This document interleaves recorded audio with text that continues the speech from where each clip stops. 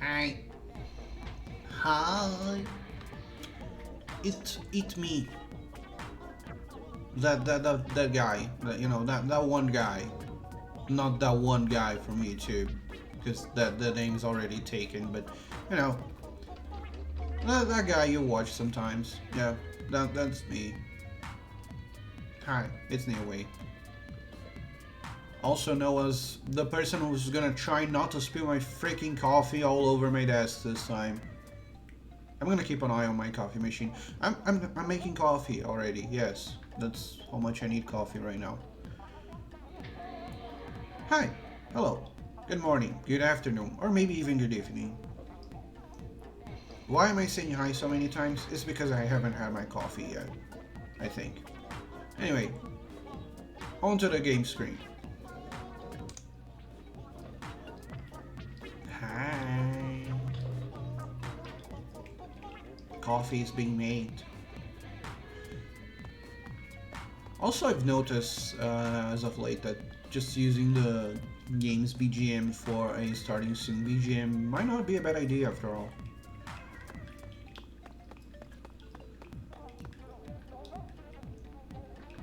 Especially when it's like Splatoon and other games that have such a really nice BGM. Hopefully I don't get in trouble for that, but yeah, I think it's I think it's nice because it kind of already sets the mood, even if the person who's opening the live stream doesn't know what the game is about anyways. Like, I know Splatoon specifically is kind of freaking huge, but you know, I'm gonna do that with other games, so some of those might not be as popular. That's what I'm trying to say. Anyway, hi. I'm waiting for my coffee to be ready before I can queue up. Already checked the weapons for the samurai today. It's a really nice selection. I gotta say, really nice selection today. Did I schedule the samurai for today because of the weapon selection? Not at all. I actually never look beforehand. I know it can, like if I come over here, you can see the next few samurais, right? There's the latest one we can see is the 24th. One thing I'm actually kind of curious to play someday is extra work. I never actually done an extra work run, but I don't even know if those still actually happen. If they don't, it's kind of sad for me. But yeah, I like that these are all in local time too, so I don't really need to worry about converting the time zone. But yeah.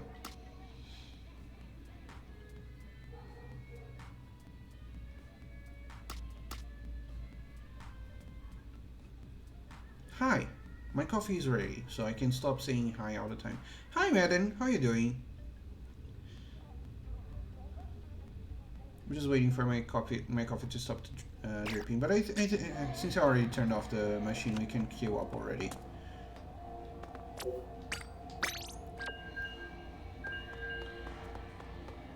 Am I using the stream as a way to get back into this game? Absolutely. I absolutely did doing that. Doing good. How about you? How you been? I am. Well, yesterday I had a roller coaster of emotions actually.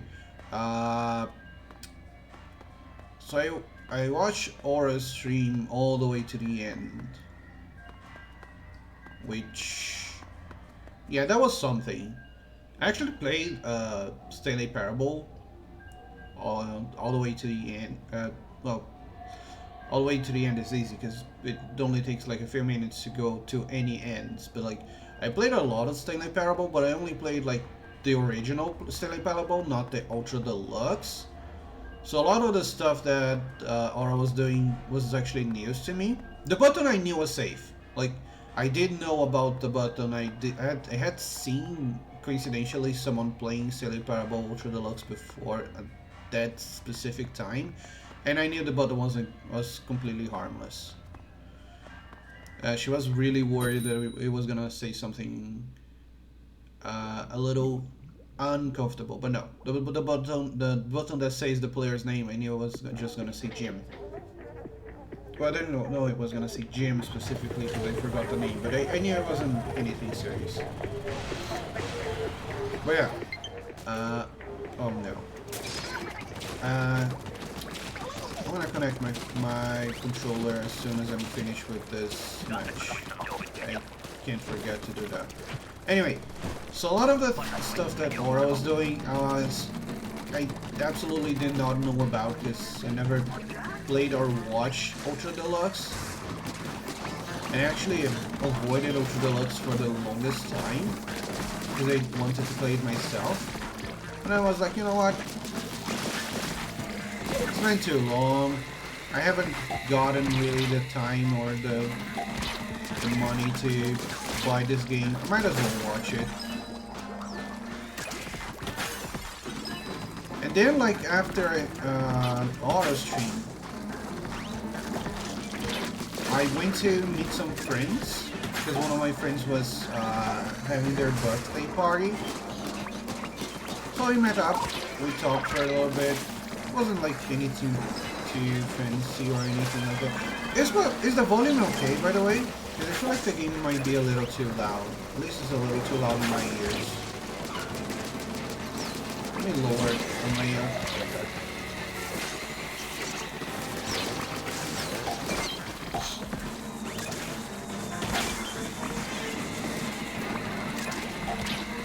It's a bit louder. Okay, I'm gonna lower this as soon as this like ends. Yeah, I had a feeling it was a little bit too loud.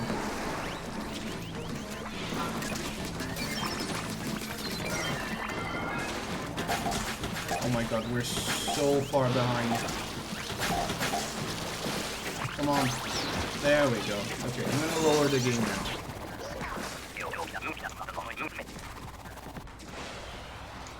There, is that better?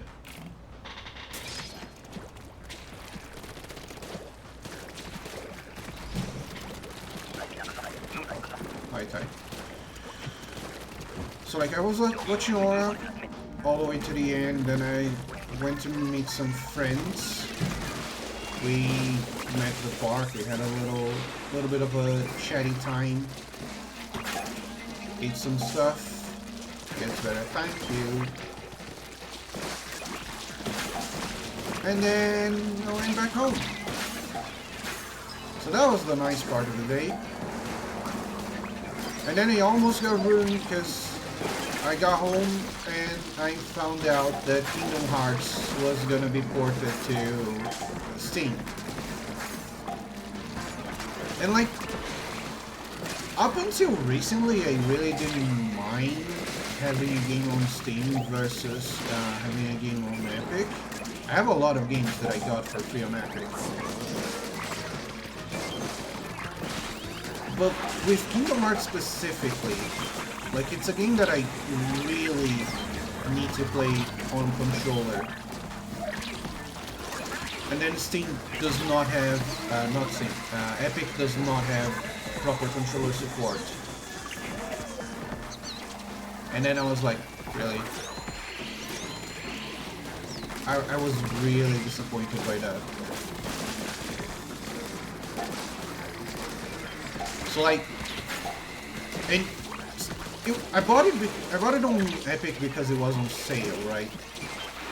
It went on sale, was like really cheap, and I was like, you know what? I don't even know if and when it's going to go to Steam.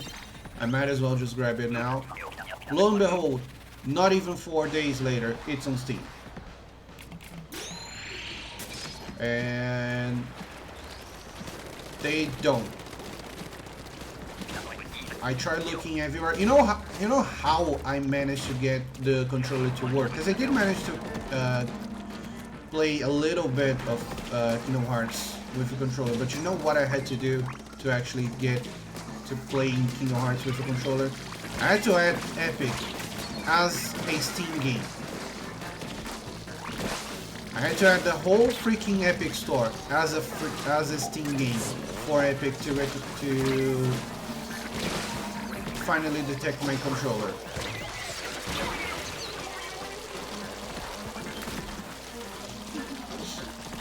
And that means that I have to, if I wanted to keep doing that, I would have to always launch the Epic Store through Steam Library instead of just clicking the game directly as I would with any Steam game. So yeah, that was kind of like that was the decision point for me. I was like, yeah, I don't think I like Epic anymore. No.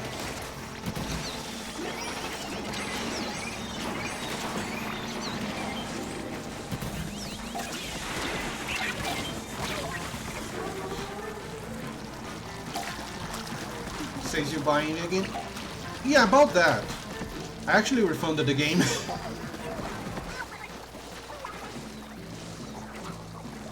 We're not gonna make it, are we? That's okay. It's wave 3. So like Epic has 2 clauses for the refund policy.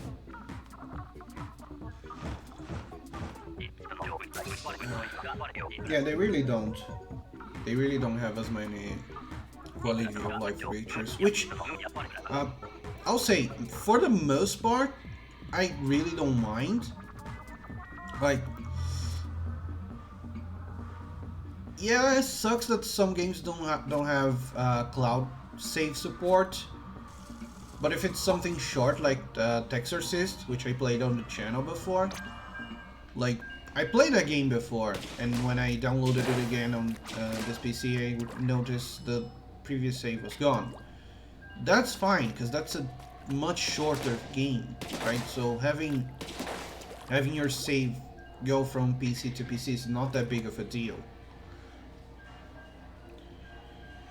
But then you have something like a Kingdom Hearts, and that's something that I really don't want to be without a cloud save or without controller support for it, because I cannot.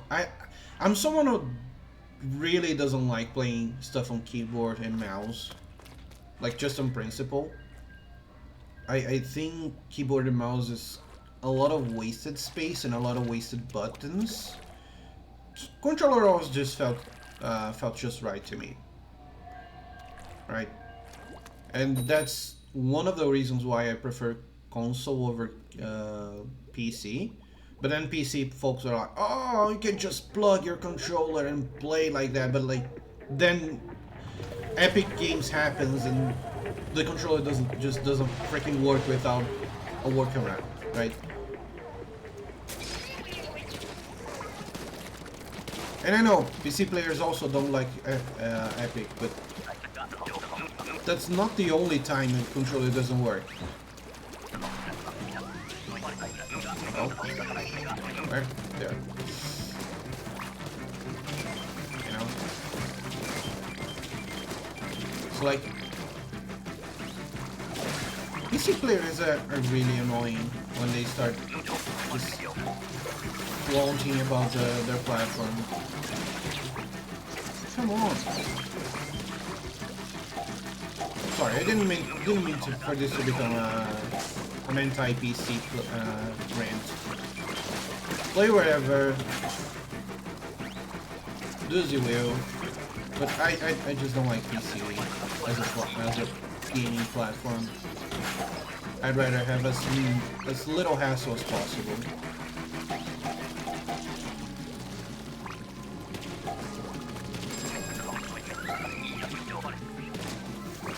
And my weapon is not good for this at all. I'm just gonna try and clear off, I guess. And maybe deliver some eggs. Well, again, I was talking about Epic Refund. So, for the refund, you have to have bought the game less than 2 weeks prior to the refund. Yeah. Less than 2 weeks prior to the refund, and you have to have played less than 2 hours.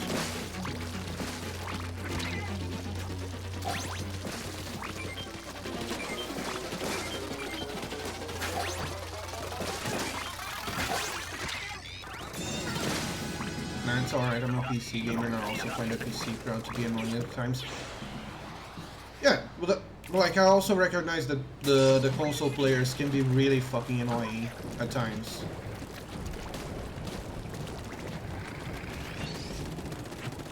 Especially when it's about exclusives, like, come on guys.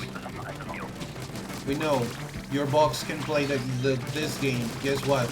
There are thousands and not millions of other games I could be playing right now. The fact that your box can play this game is not a big deal.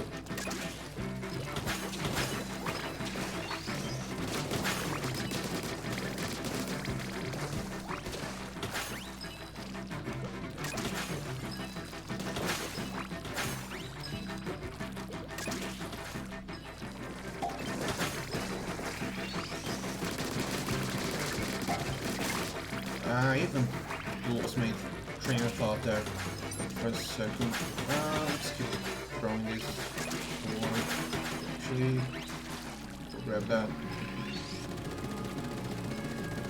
Oh yeah, so like 14 days to 2 hours of playtime max, and like I just tested the game for a few minutes, so I definitely qualified for a refund.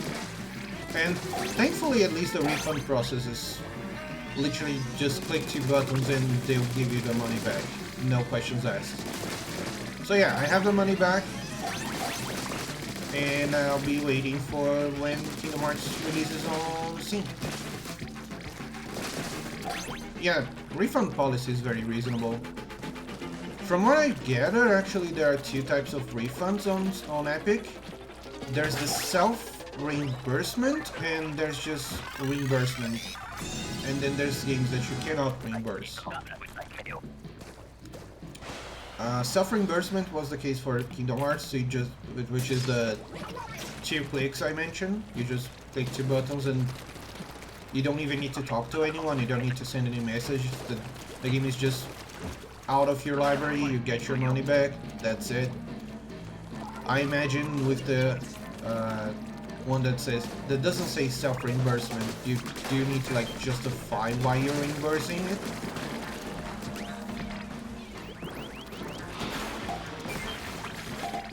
And then there's games you really cannot reimburse at all.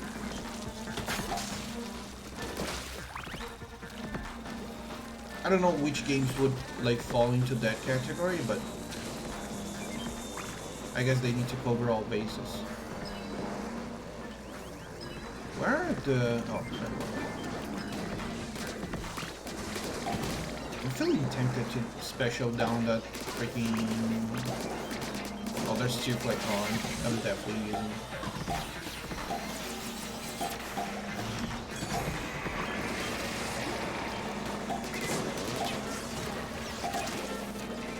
I hate fly fish so much.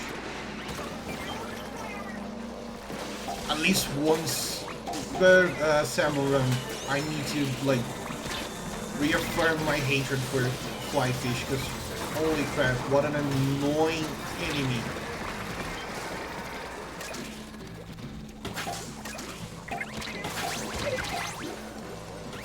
I still can't believe they made such an interactive design.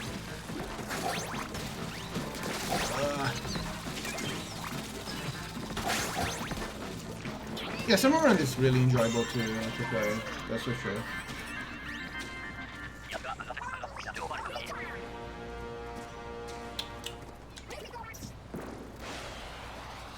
I'm drinking my coffee.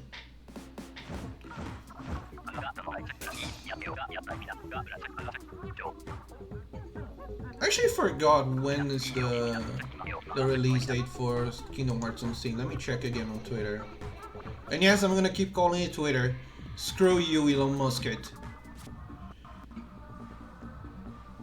I don't care. It's Twitter.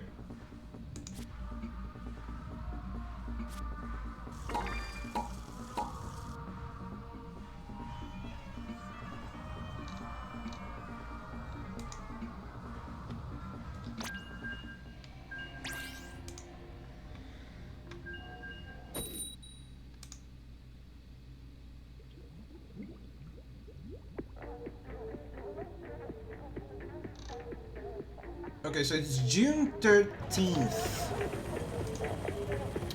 In less than a month, actually. Less than a month. That's nice. Oh, I forgot to connect the... Where's the USB cable? Shit. Oh my god, my phone is all tangled up on the cable. Hold up. Okay, got it, got it.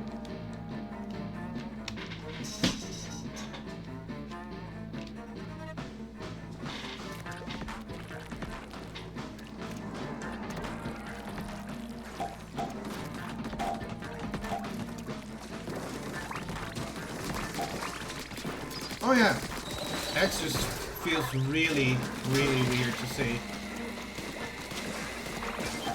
Especially if you saw a video on X. Oh yeah, can you watch this X video for me? I'm sure no one's gonna take that the wrong way. Nope, that never happened.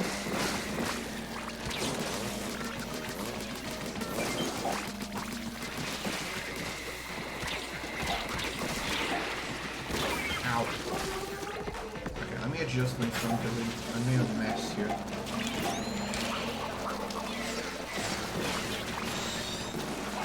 Oh, I'm alive.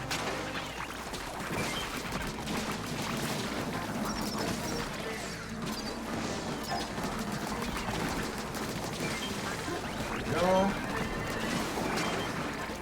Oh, this wave is gonna be easy, Claire.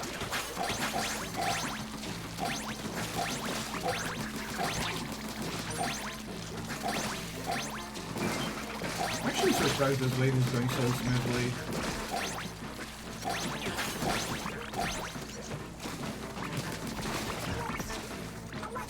Don't you love watching X videos with the boys? Oh, I love watching X videos, especially with the science team. Them boys really know how to appreciate a good X video.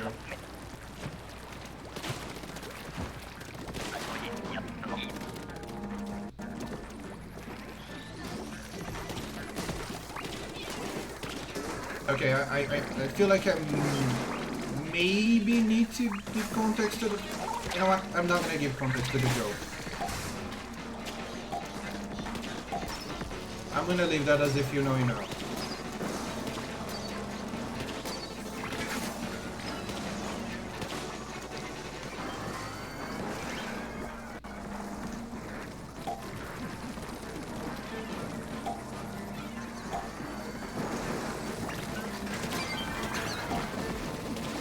Ah, crap. Okay. Well, thank you.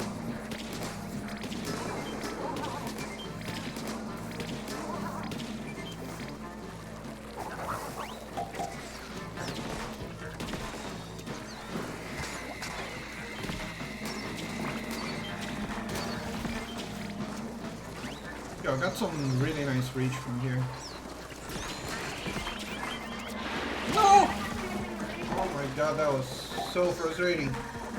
I literally got sucked into that mouth. Wait, what? No, no, no, no, no, don't take that out of context. No, no, no, no, no, no, no. You guys, you know what I meant. No, do not clip this out of context.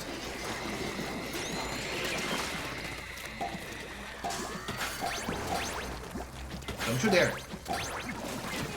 Ow! Okay, I deserve that one.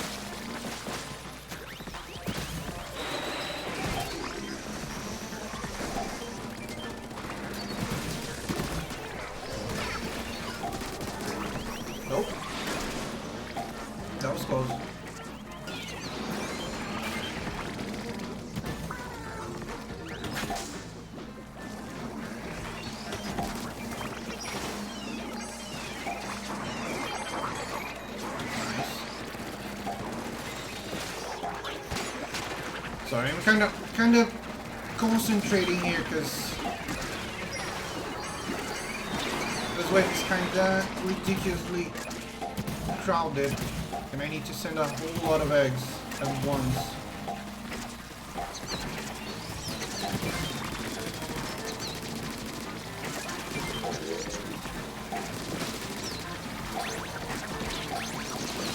Okay. Wait is safe. I just need to not die. Not die. I'm kind of dying here. Help! Help! Help! Help! I died.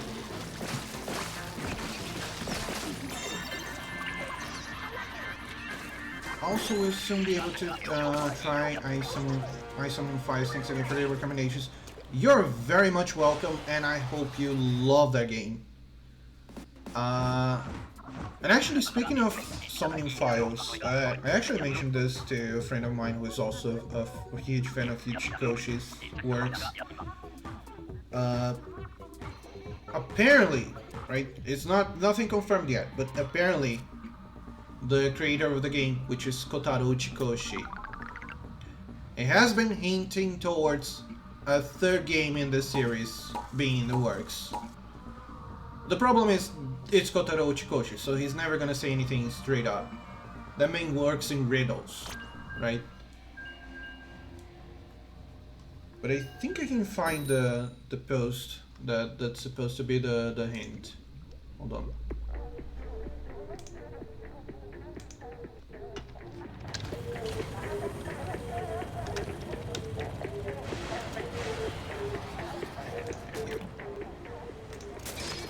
First of all, follow, because I wasn't following on my VTuber account. Hello there, Schneider. Congrats! You are first.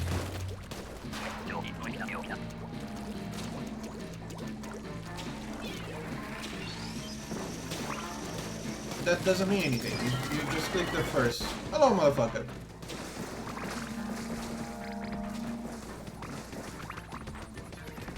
Oh, there it is.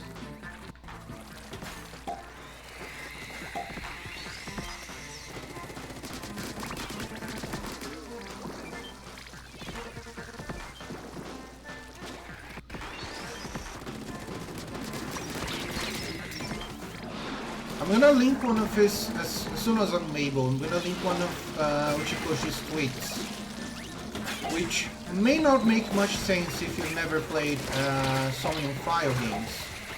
It makes even less sense if you played. Oh my god, there's way too much people here. Take space!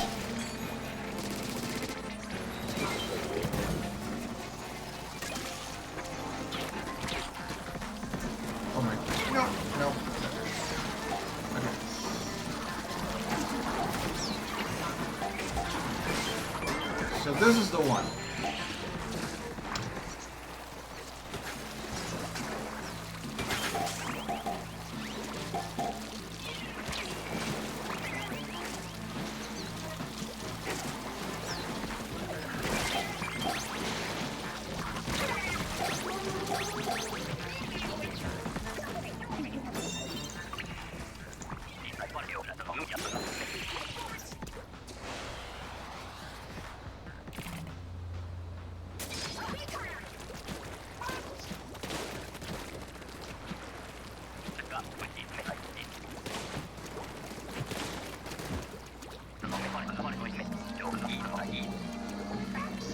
Oh, I don't like fog. My eyesight is not the best, so the fog kind of strange. You were correct. I have no idea what that means. Yeah. What I can tell you is that this kind of reminds of a few patterns you see on the second game. Obviously, I'm not gonna spoil it for you, but like,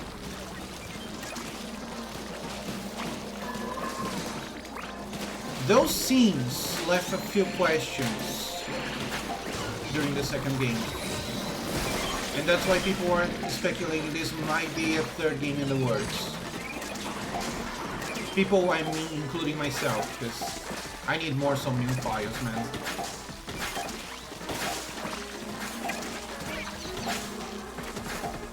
It's funny how the more I think about it, the more summoning files reminds me of Uchikoshi's previous work. Oh, I'm dead. Which was Zero Escape. The Zero Escape trilogy. Right? So Zero Escape started as a one-time only game, which was 999, 9 hours, 9 persons, 9 doors. And 999, like, it has all the works of a complete game, right? Very likely it was supposed to be just, let's hope so, because despite not knowing nothing about the games, I have a really good feeling I will enjoy them. Yes, I have a good feeling as well. But that's because I already played them and I know what to expect, but I really think you're gonna enjoy them. So like 999 feels like a complete game, has a beginning, a middle point, has an end. All good, right? But then it has a sequel, which is Virtue's Last Reward. And then it ends in a trilogy with Zero Time Dilemma. In a similar vein, the first Summoning Files, once you finish it, you might think, oh, this is the whole story, right? But then you get to the second game, and then you're like, wait, yeah, this wasn't resolved fully. What was this about?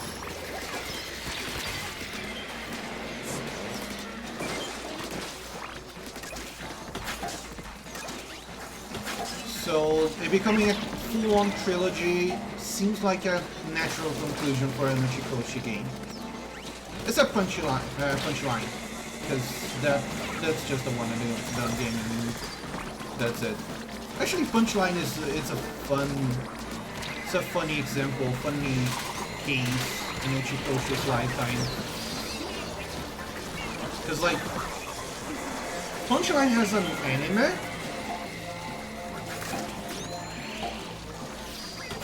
And I'm gonna talk a little more about Punchline in a second. But like, Punchline, it has an anime, and then the anime ends.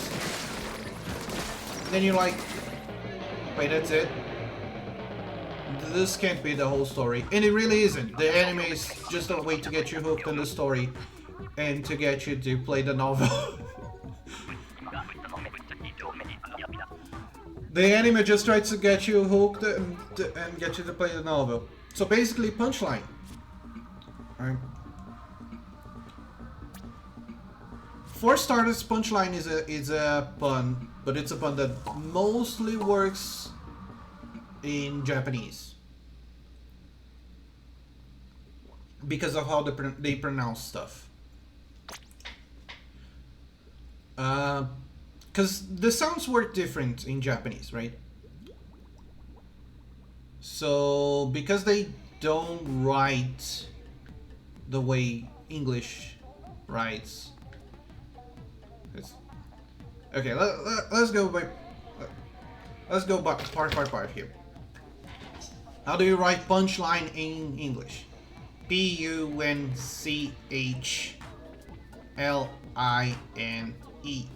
Right? It's not written at all how you actually say it. How do you write it in Japanese? So pa, because it's a punch, right?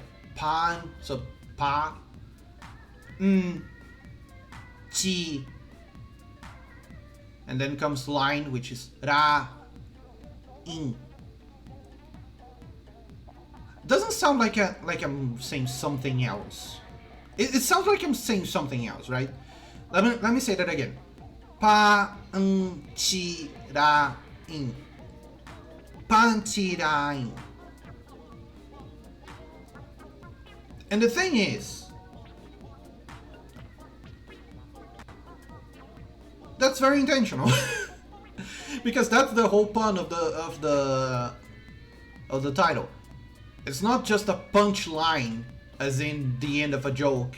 It's also the panty line, because the main character gets his powers by seeing panties. I'm not joking.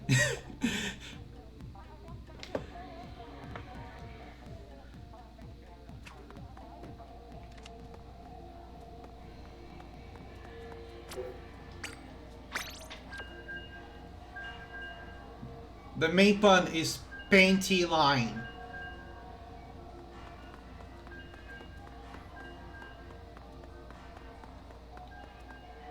And the whole show and novel by extension. Oh, that one, I feel like I've heard it before. Yes, that's by the same person who also made Ida Somnium Files and Zero Escape. That's an anime and novel by Uchikoshi, and I love it. I absolutely love it. So you probably already know,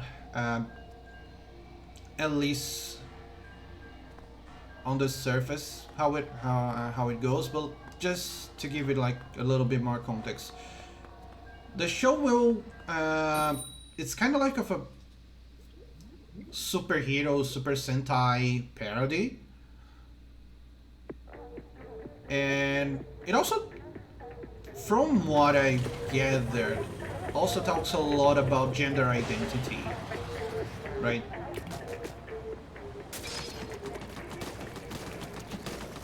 And I think that's nice that there's a show and a novel to tackle this kinds of things.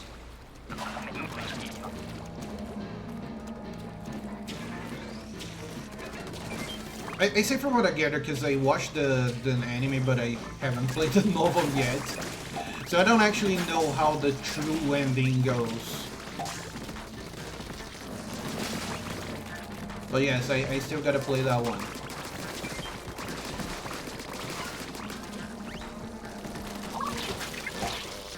That being said, it's Uchikoshi. I absolutely trust that man.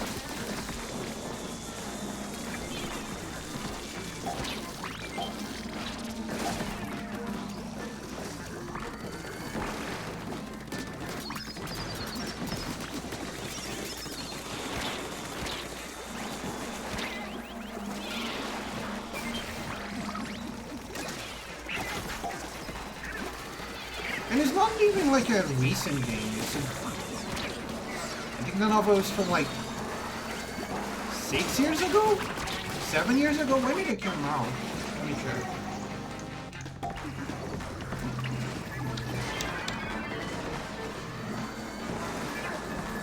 Oh. Okay, thank you. I was trying to Google it while I was there, but I think I'm gonna focus a little more on not losing this round.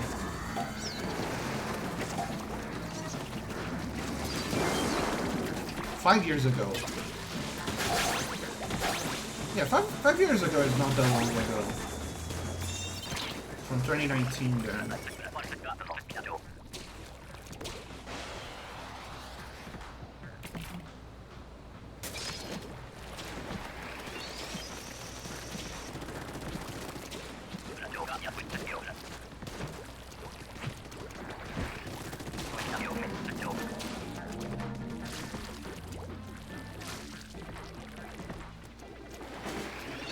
You know you're getting old when you say, oh, 5 years ago, half a decade. I've been there. That's not that much. God, it does not feel like 5 years ago. But then there's the fact, right? Then there's the fact that the 2020 happened. Despite our best efforts to pretend it did not happen, it did happen. 2020 was a year of all time. Hell, I hate to remember that 2020 existed, so it feels like less. It just feels like less because of 2020.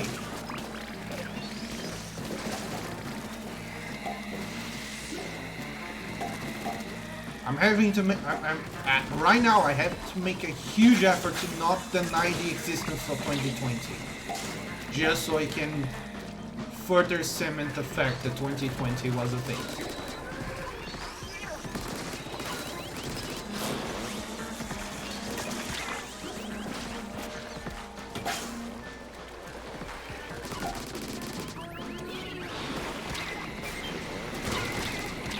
Oh, I'm dead.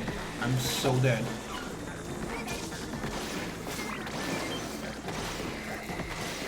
I just need to deliver 2 of these.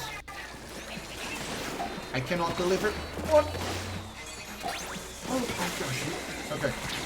Just don't die. Just don't die. Since 2020 years feel like weeks. I guess, but to me, it's just specifically 2020. It was just such a shitty year because it was the apex of the whole C word, right?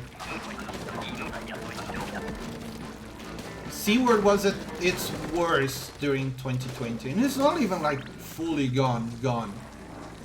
Like people are still getting the C word.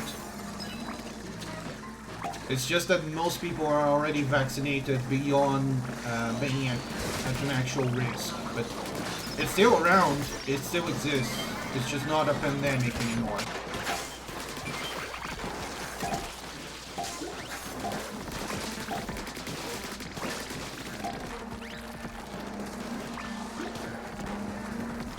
Also the fact that I've been working in home office ever since, I think it was 2021, also helped kind of warping my personal sense of time.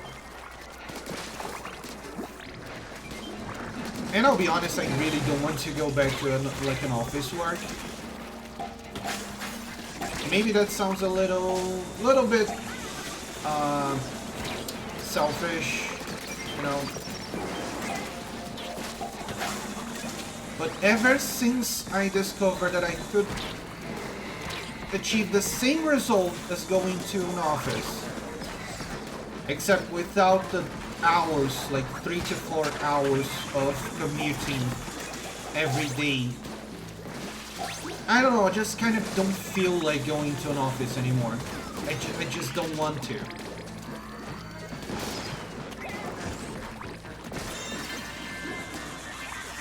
And you guys are enabling me being able to not say no to going to office.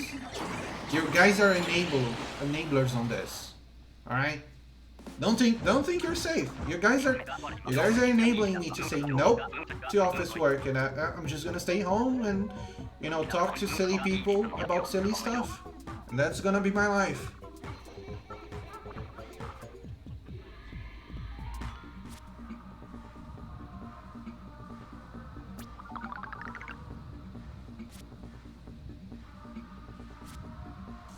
Good thing about 2020 is that differing working practice. No work only stream. Exactly. But yeah, 2020 kind of enabled different working practices. That's true. But I've also seen more and more the companies trying to walk backwards in the same working practices. That's also part of the reason why I got fired from my old job, by the way. They've been playing the results card for a while before I got fired. And they were saying, oh, if you guys don't reach the results we need, right? The client is asking very politely. It was never politely, by the way. It always sounded almost like a threat. But the client's asking very politely that we return to the office. And so we must comply. But we're trying not to. But to do that, you guys need to get the results. You guys cannot get any complaints. You guys need to do this, and you guys need to do that. And I'm like, that's just an excuse. I literally said that during one of the meetings. Like, that's just an excuse. You guys are not fooling me. You know the results are better on home office. You know there's absolutely no need. There wasn't even space, like physical space, for everyone to go back to the actual office. There was nowhere for people to be, and maybe that's also another reason why I got fired. But guess what? I don't get why some companies do that. It's not even some companies anymore. It's most companies, from what I've seen, and that's so frustrating to me. Like the exceptions, some companies are the ones that allow people to actually work remotely, and it's actually I can tell you why. I can tell you why that's the case for most companies. And that's something called micromanagement. They don't want you to just deliver the results. They want to control how you deliver the results. They want to control what you're doing while delivering those results, right? Because some people work better than the others. Some people deliver results easier than others.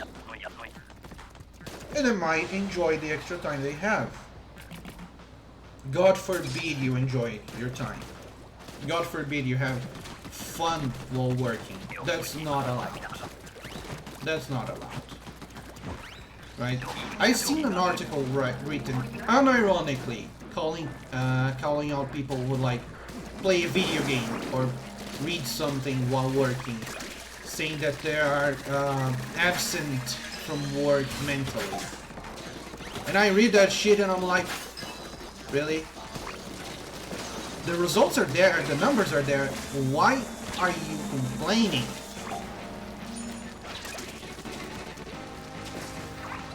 What's there to complain about?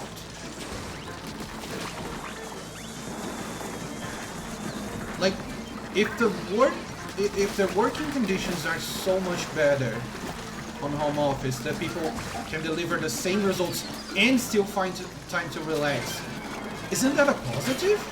Shouldn't that just be a good thing?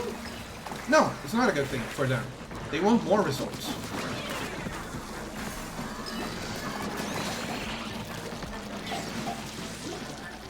They're getting the work done and results. I find a single reason why they can't do that. Exactly, that's what I'm saying.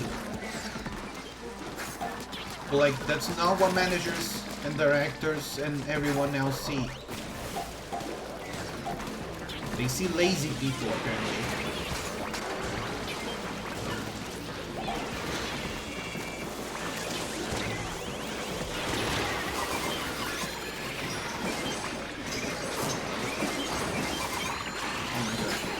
Save this. We can save this.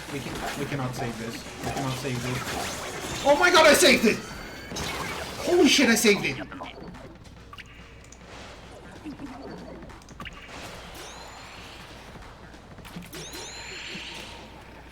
Did you see that?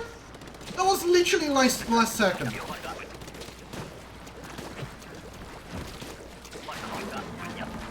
Like the timer was literally at 0 when I delivered the last one. Thank you. Thank you.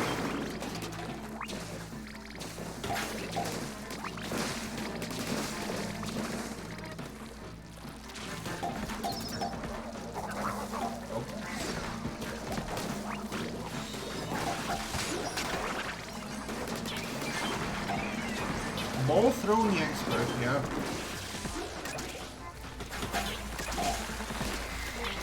Gotta have the ball game in this one. You know what? I'm gonna stick to that. I'm not gonna rephrase that.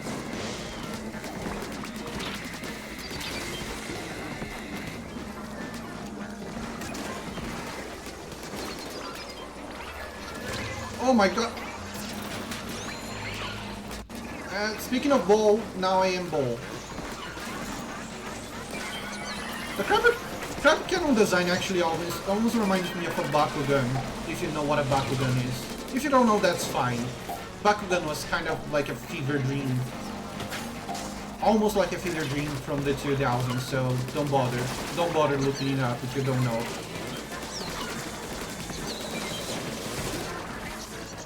If you know, then I'm sorry. Oh, you do know Bakugan. Oh, shit. Don't die, don't die, don't die! I actually had a Bakugan notebook that I used on... I think when I was in middle school or high school? I think it was high school. I had a Bakugan... and I actually thought it looked cool, to be fair. But then, when I look like back to it, it was so weird, right? I even tried one of the DS games for Bakugan. Really? I think I still have one somewhere. That's so cool. Holy shit. I need to aggro this guy down. The high tide kinda sucks. Oh my god. Oh, I didn't have anywhere to go! What the hell? Thank you. There you are.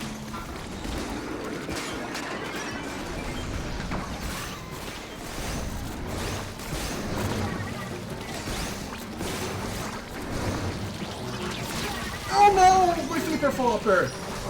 But yeah, the crab kind of reminds me of a Bakugan when it's like rolling around like a ball.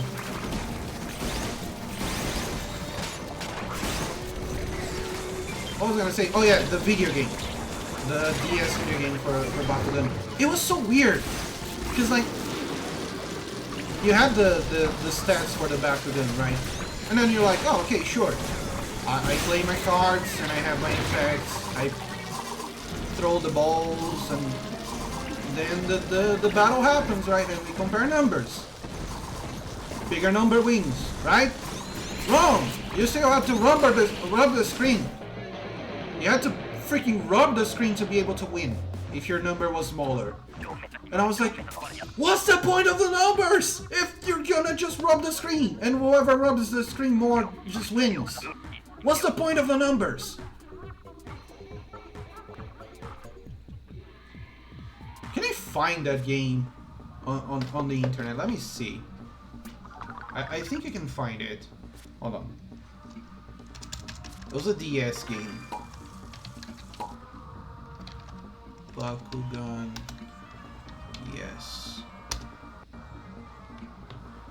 Oh yeah, it was Battle Brawlers. Bakugan Battle Brawlers, that was the one. A big number makes it look cooler. Yeah, but you still had to rub the screen.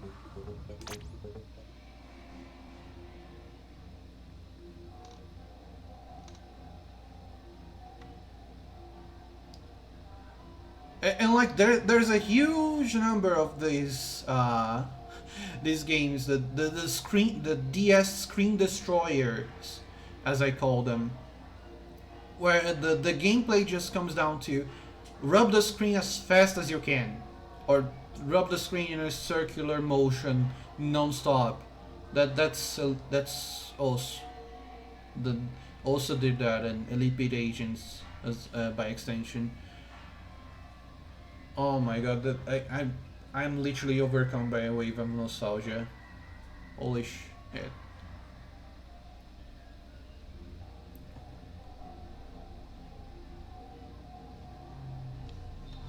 Alright, I'm gonna take the chance now that I beat a... Well, which didn't beat, we faced a Kozuna. I'm gonna take a little break right now, because I need to take a break. I'm also gonna play a small 1-minute ad while I'm away. I don't have the ads enabled by default, but you know what? If I'm gonna take a break, I might as well just play one, just for funsies. Alright, be right back.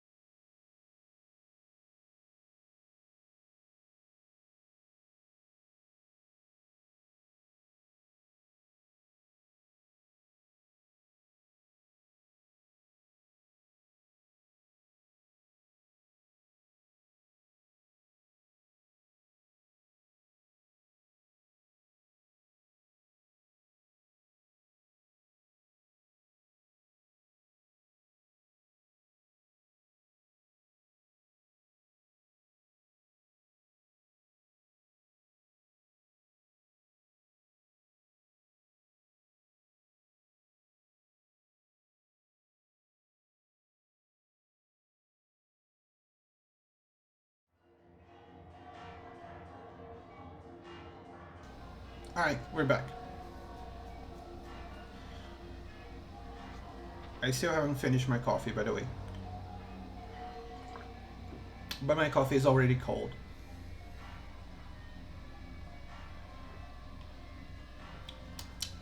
Cold coffee is kind of sad.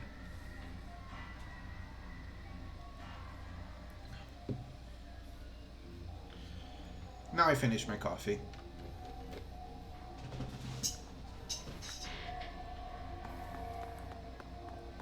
I say already cold, but like it's been it's been sitting on my desk for like the last hour, so I guess I shouldn't be surprised it was already cold. All right, let's play some more.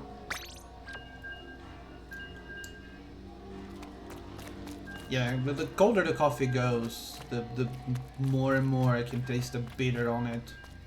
Not a big fan of bitter, but I like coffee. Kind of a contradiction.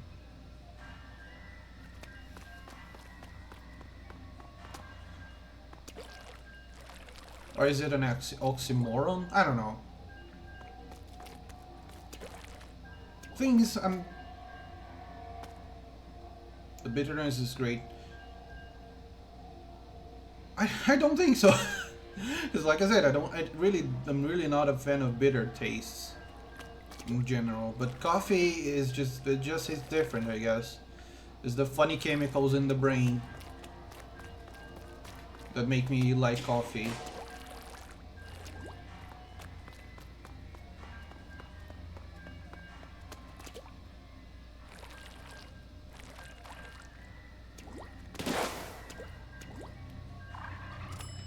What are you talking about earlier?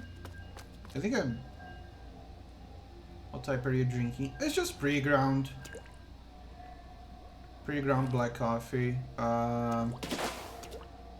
It's national coffee, so it's Brazilian coffees. I don't remember the name of the bean specifically.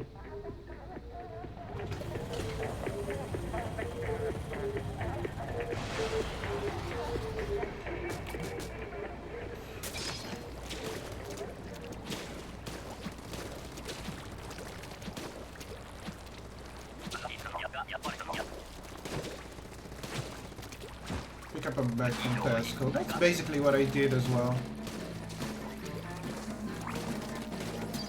Like I know actual coffee nerds will say, "Oh no, you drink the pre-ground stuff. That's the bad stuff. You're gonna have a much better time if you grind your own beans." But I'm like,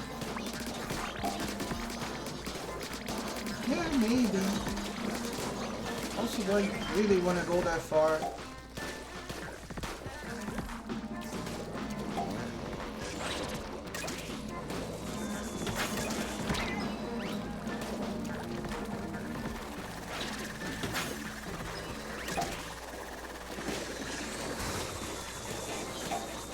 Yo, can someone take out this fly fish, please?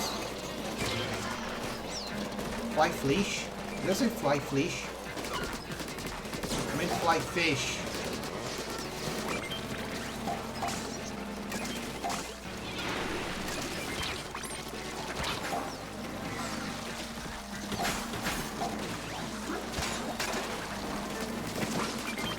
Who cares as long as it tastes good? Although I'm more of a tea guy.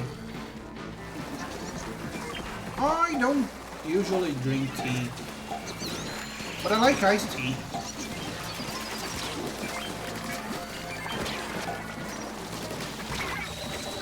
I really like iced tea.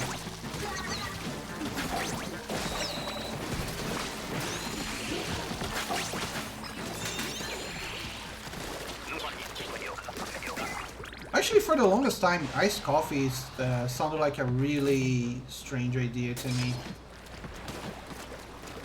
It was like, I always thought of coffee as something you drink while still hot.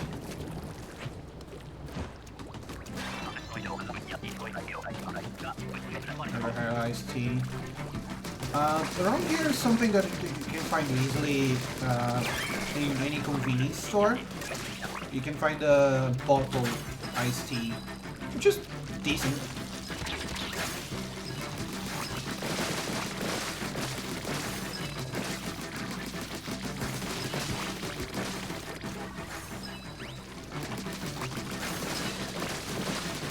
Being attacked by a wasp. Take care! Oh my god, wasps are just the worst.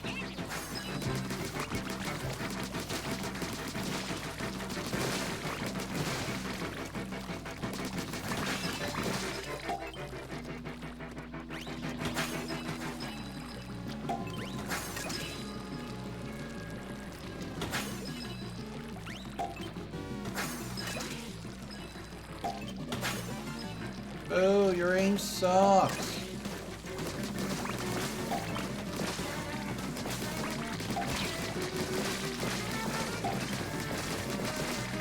Oh my god, we're not even close to the quota. Still need 9 more? Really? That's the first time I've seen so many enemies during this kind of wave.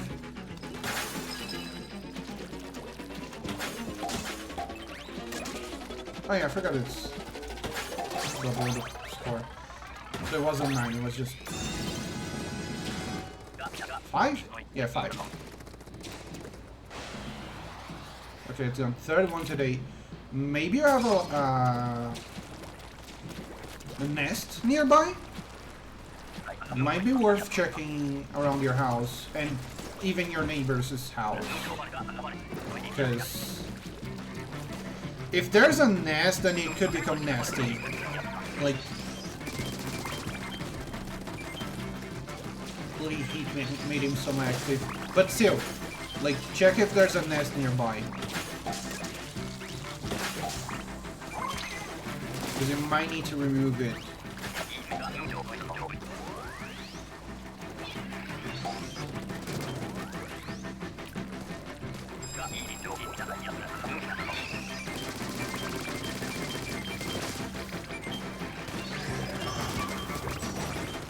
Oh yeah, this is the third wave.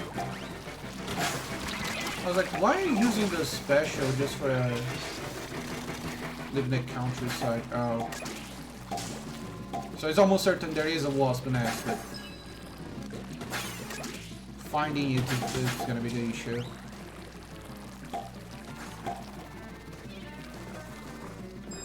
Where is it?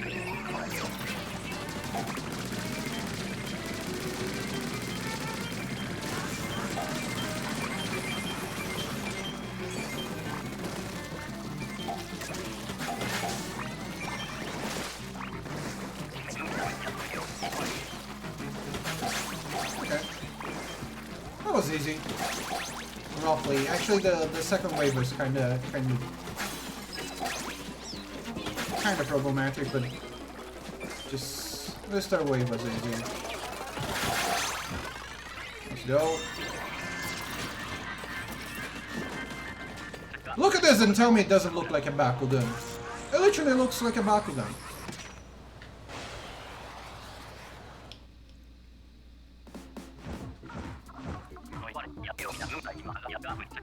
I just took the time after the wave just to reinforce my point about it looking like a Bakugan.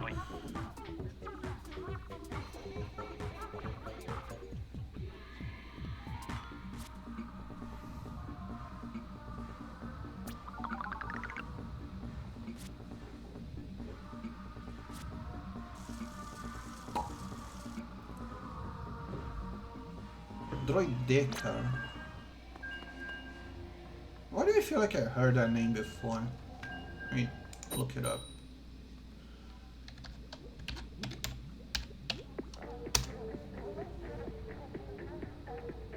Oh, the Bionicles version, right?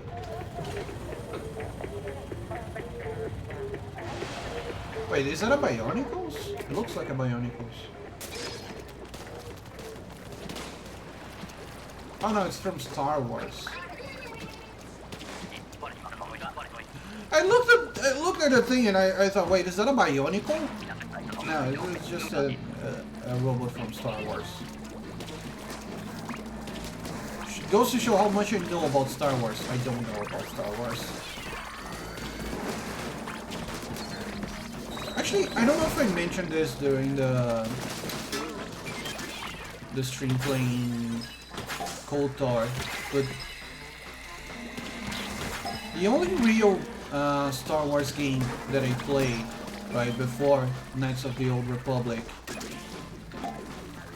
was actually a spin-off of a game that I really enjoyed. Just not from the Lego games. Yeah, most of the links I'm seeing are from the Lego games as well. Maybe it's Lego exclusive, so that's why it looks like a Bionicle, because I also just recently found out that Bionicle was actually a spin-off from Lego. Crazy.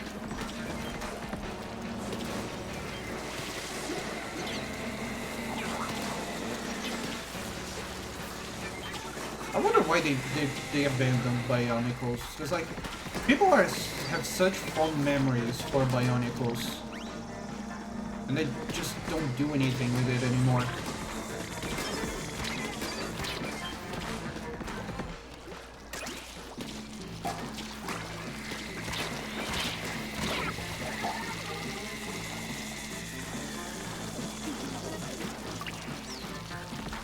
I didn't have much contact with Bionicles, but I agree they were cool. A really cool idea. And we lost it. That's okay. That wasn't a great wave. But I started by saying something else. Oh yeah, I remember now. So like, it was a PS1 game called Star Wars Demolition, right?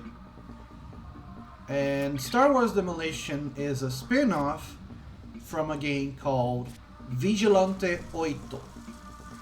Vigilante 8. I hate when this... I know Vigilante is technically an English word as well, but when I say Vigilante, I instinctively go back to Portuguese mode, so it sounds weird when I try to mix in Vigilante with any English sentence. I have to like manually pause my sentence so I don't like mix up the accent. I hate it. I hate it. I actually hate it. That's bilingual struggles right there. That's bilingual struggles right there. If you never tried speaking more than one language in the same sentence, it's really rough. Okay, it's really rough because your brain is wired to say stuff in one way in one language and another way in another language. It's completely normal. Everyone sounds different when everyone sounds different. What was that? Everyone sounds different when speaking different languages. That's completely normal. And then you try to say both languages at the same time. It's just pain. It's just pain. I wish I had that struggle. I only know English. I always wanted to try and learn another. I mean, it's never too late. It's never too late, right? I can't really recommend Duolingo. They're always gonna freaking kill me, you know, but Duolingo's kinda not great when it comes to learning a language, and I say that having been studying with Duolingo for like over 1,000 days, and I'm not stopping for whatever reason. But yeah, Duolingo I don't think is the greatest option, but it is an option if you don't have another one. That being said, learning another language is a really great use of your time because it opens up your possibilities to communicate with people. Right? Even if you don't think you're gonna need it, there's gonna come up a point, there's gonna come a time in your life that you're most likely gonna need to know another language. Obviously, English is currently the most used language in the world, but you're gonna meet people who can't speak English at all, by choice or otherwise.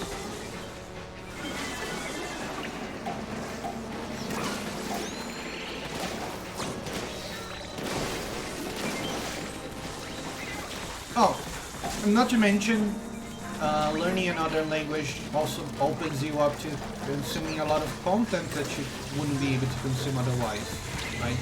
You can watch movies that you wouldn't be able to watch. You can read books that you wouldn't be able to read otherwise.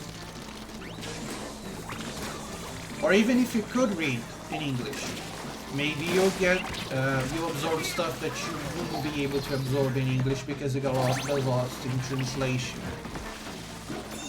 School tried to teach me French, but I was never interested in French, so never did enter my brain.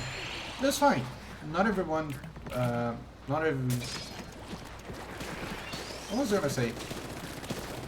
Yeah, no, that's fine. I understand that. Sometimes when school tries to force you to learn things, it kind of gets you the opposite effect, like you stop trying to learn that. I know because I used to hate my art classes, for example, right? I had art classes in elementary, and I used to freaking hate them because I never felt like I actually do anything nicely. And kids don't have that concept of like, oh, you gotta start somewhere, you gotta learn to be able to be good. No, I was just always frustrated because I didn't know how to draw. And it was something that I had to do because of elementary school. Now I want to get into it. That's great. That's awesome.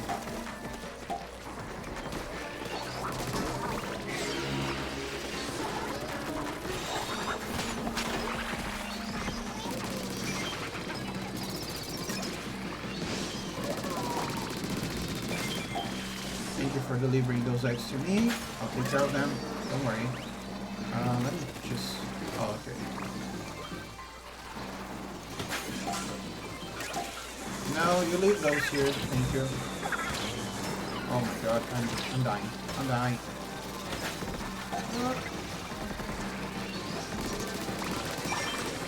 Okay.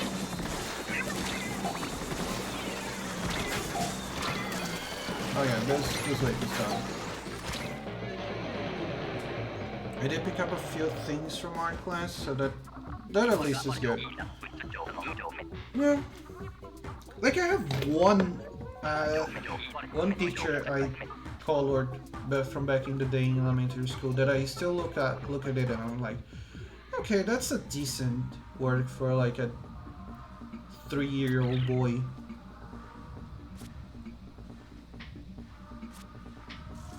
I did okay in that one. But at the time, I think I say I think because I honestly don't remember much of my elementary school time at all.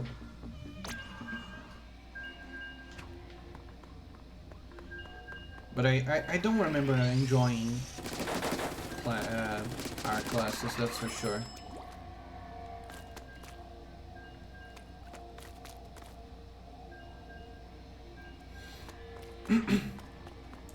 As for English classes, actually, I did not have English classes until I was in middle to high school. And so most of my English I learned by myself. Just because I wanted to play video games. It's like I said, right? Content that I wouldn't be able to enjoy otherwise. In this case, video games. And I just wanted to enjoy them so much that I forced myself to learn a language.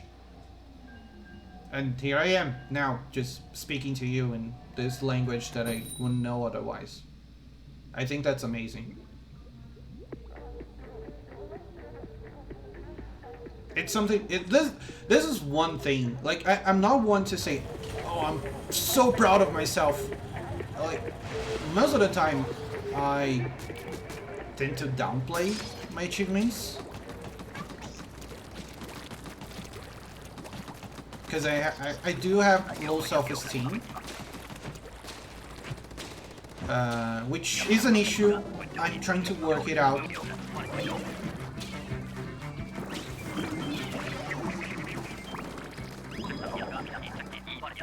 But one thing that I am proud of is being able to learn English by myself. Like, I know that, because I know that that wasn't an easy thing to do, right? That I did not have a lot of material to work with Even the dictionaries that I have at the time, they weren't great. And the fact that I'm able to form full sentences nowadays is almost short of a miracle.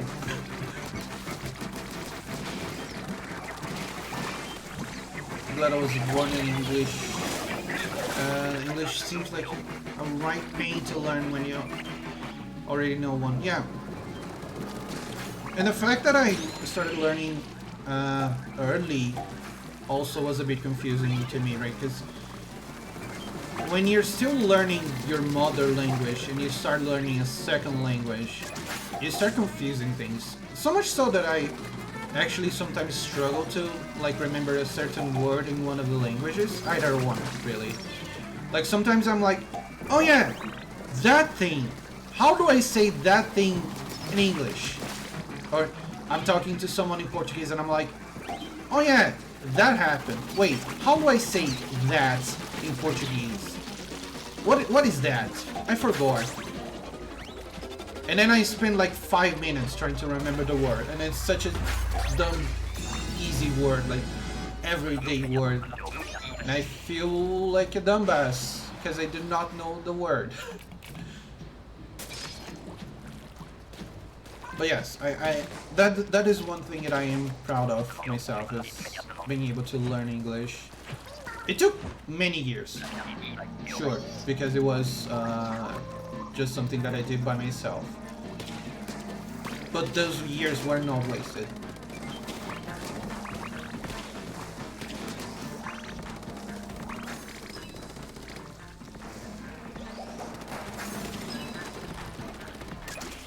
Although speaking of language, there is one French word I will never forget.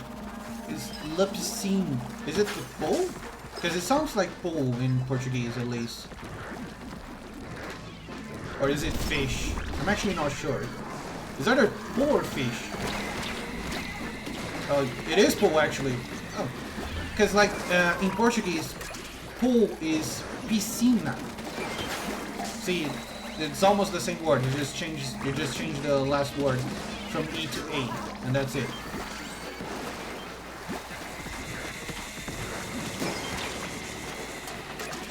Plus letter. That's a word I.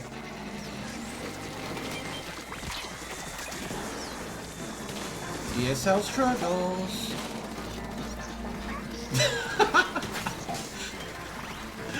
So does that mean that you're a pool pisser?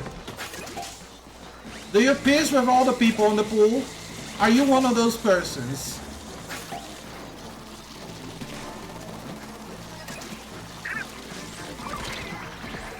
Is that how your word association works? Because you piss in the pool?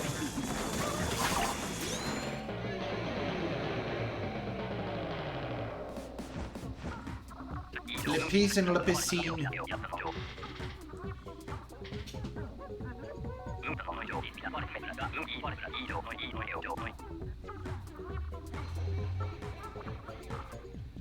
That's okay.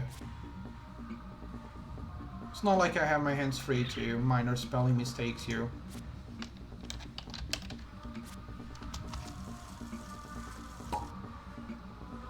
Oh wait, I had my hands free at that time.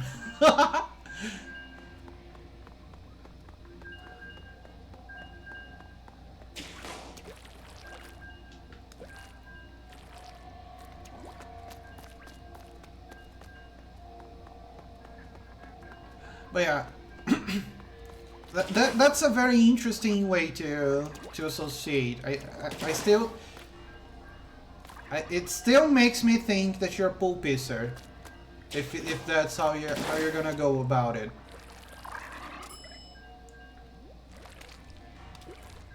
Hey, it worked. I guess. I guess.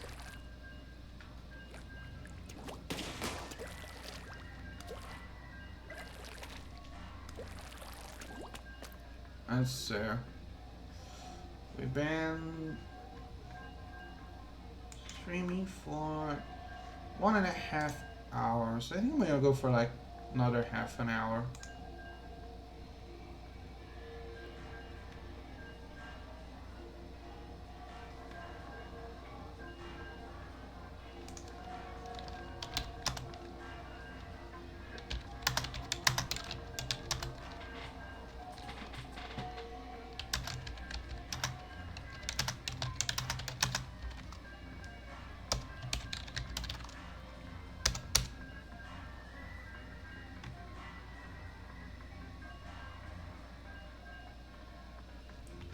Just responding to someone who sent me a DM. And no, I'm not a pool pisser. Says you.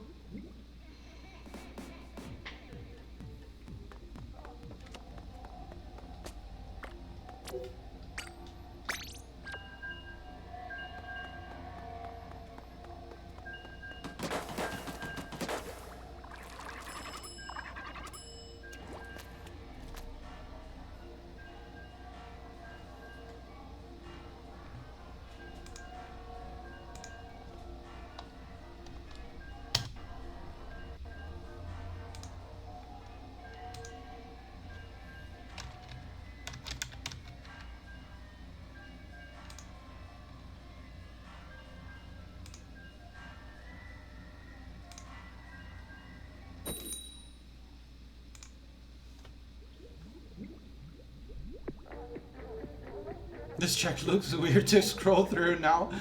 Well, who needs context anyway? Context is just for losers, man.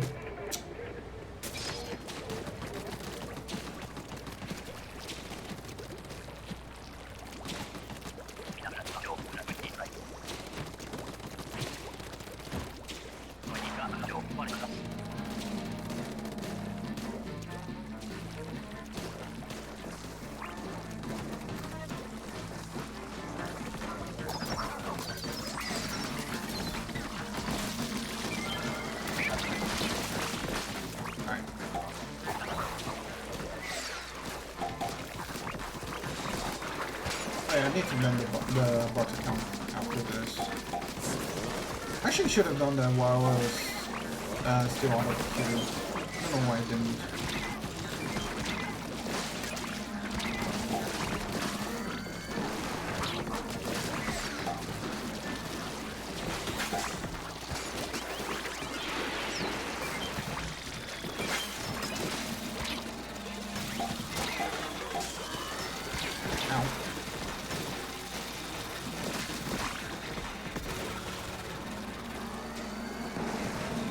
I need to make like a chart of the most annoying enemies in Samurai.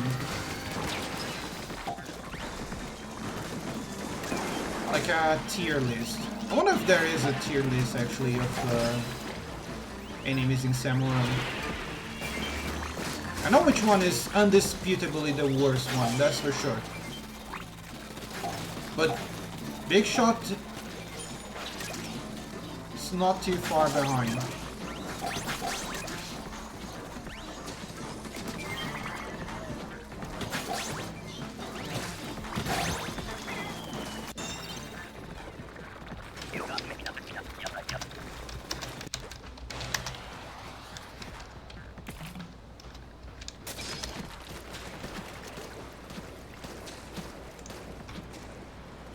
Oh, there is. Oh my god, I'm so doing a tier list.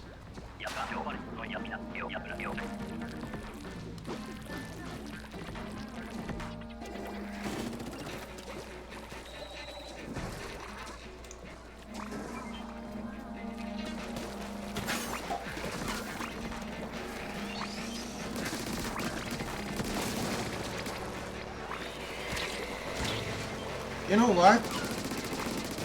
I might actually just spend the last 30 minutes of the stream just making a tier list.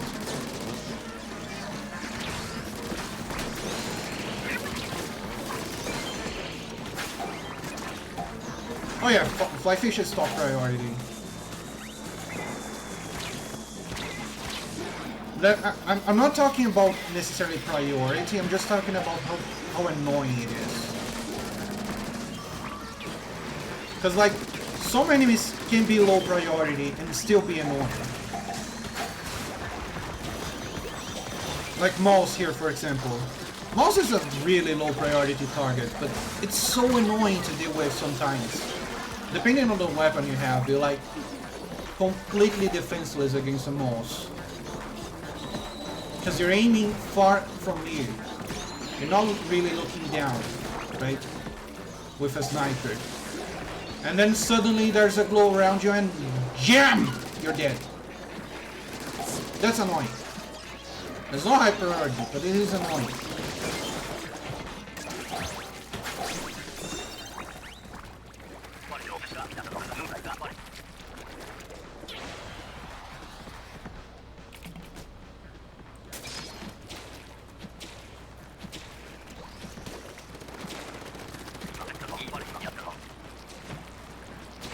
Alright, we're gonna do a tier list after this match. After this wave, I guess I should say.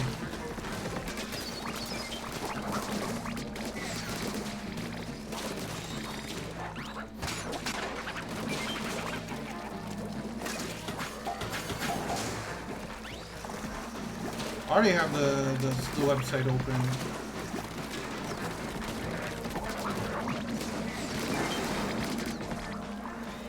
Oh, and another example of the opposite, right?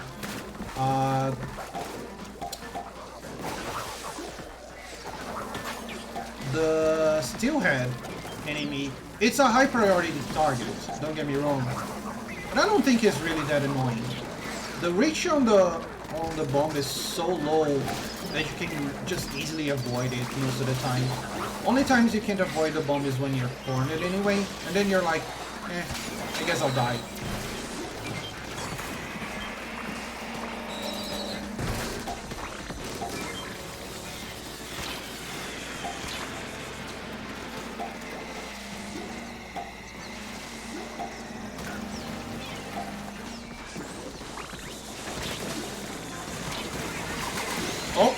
Oh no, I'm gonna save this. I'm gonna save this. I'm gonna save this. I'm gonna save everyone.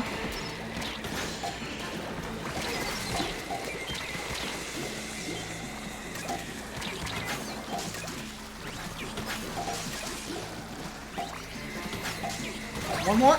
There we go. I'm not saying I saved the run, but I saved the run.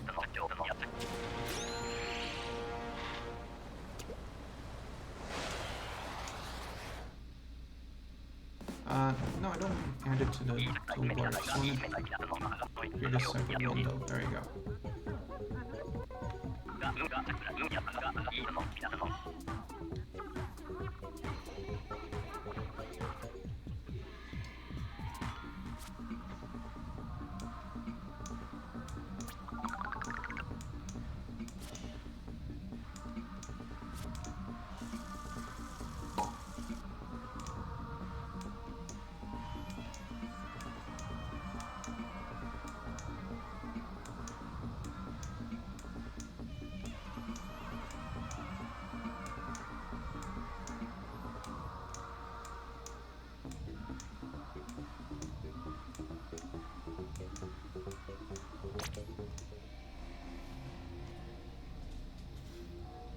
Alright. I'm gonna close the switch. Or shut down the switch. Need to swap through a little some stuff here. Just a second.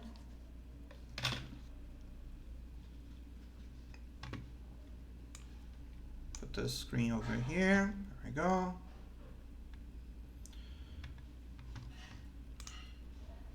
Then I'm gonna add a window capture for a specific window.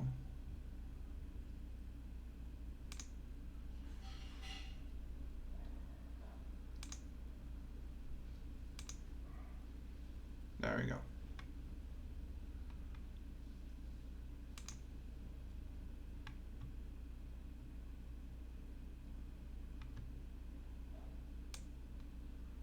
Just adjust it.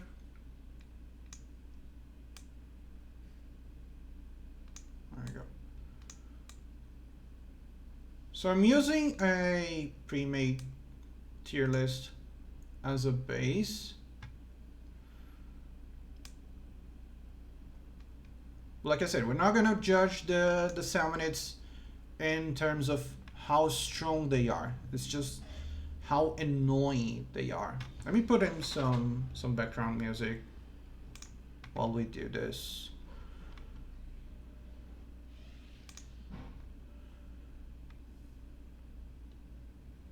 Since we were talking about Kingdom Hearts earlier, Might as well just... Actually, is there a Splatoon playlist? Let me find. Yes, there is. Just hit a random then.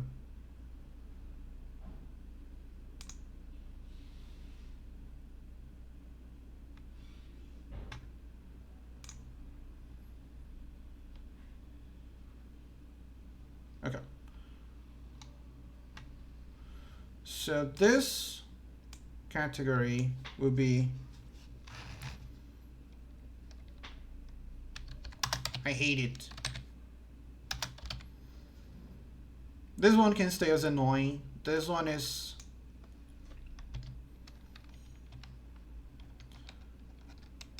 can... kinda sucks.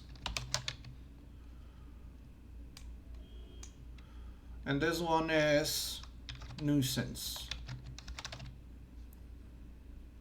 We're just gonna work with four tiers for now, and then if I really feel like it, I'm gonna use the don't care. But for now, we're gonna just work with those four, right? So you're gonna start with I don't remember the name of this boss, but it is the latest big boss that they added, which is a giant version of Moss, right? This guy, he's annoying, but I don't think he's the worst thing in the world, right? And the reason why I don't think he's the worst thing in the world is because he is actually able to like eat also the enemies. So if you and your team actually work together, crazy, I know, working together on a co-op mode, but like if you guys are coordinated enough, you guys can you can use the area of effect to clear more enemies faster and defeat this guy much easier, and especially because he has such an obviously apparent weak spot right here on the bump, right? He takes like, I think, 10 times more damage if you attack the bump. This is a boss that requires a lot of skill, but I don't think it's annoying per se. Still had, like I was explaining before, it's more of a nuisance. It's a high priority target because it can cause wipes. But if you're not close enough for it to matter, then a lot of the times you can just ignore him. It's very slow. His attacks a lot of the times miss because the reach is so low as well. It's just a bit of a nuisance. It's not that big of a deal. Still Ill, I'm kind of debating between kind of sucks and annoying. Because the thing about Steel Eel, right, if you're on the wrong angle, it can be tough to deal with it.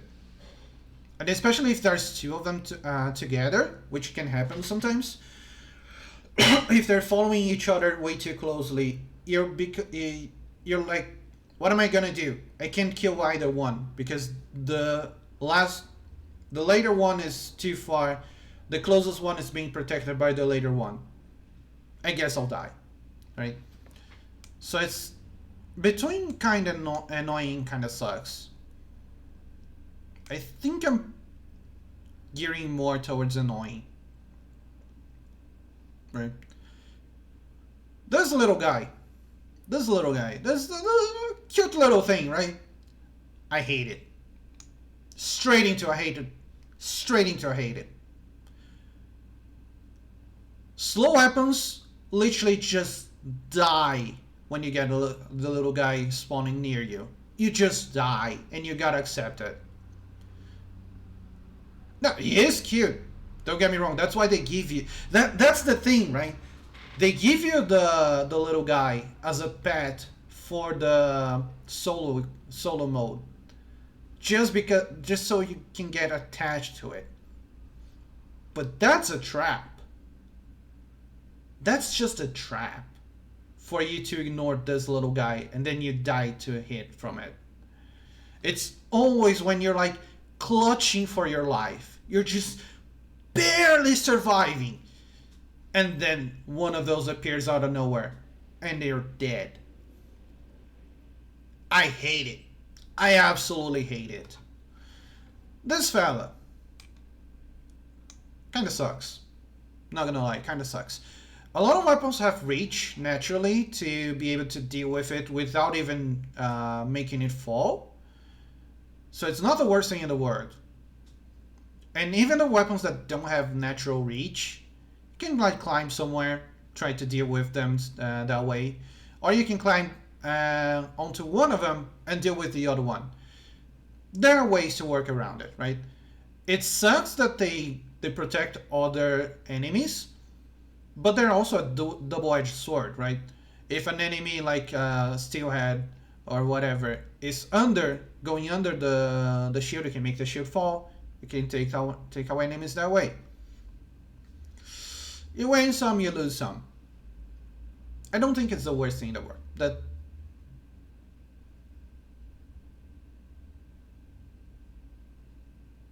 who are you? I don't want the freaking podcast, huh?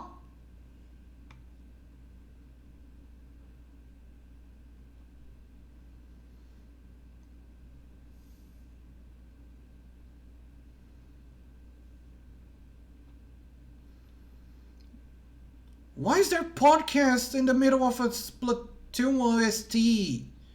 Oh my god, that... I hate you, Spotify. New podcast one? Actually, fun fact. I have actually participated in a friend's podcast once. Just once. It was like a special anniversary thing for the podcast. And they asked me to be the DM for their RPG. And I have never mastered I have never emceed an RPG in my life before then, and then, even after then. But I did. I actually did. This is the same one. Let me see if this one has a podcast as well, because... No, this one has no podcast at least.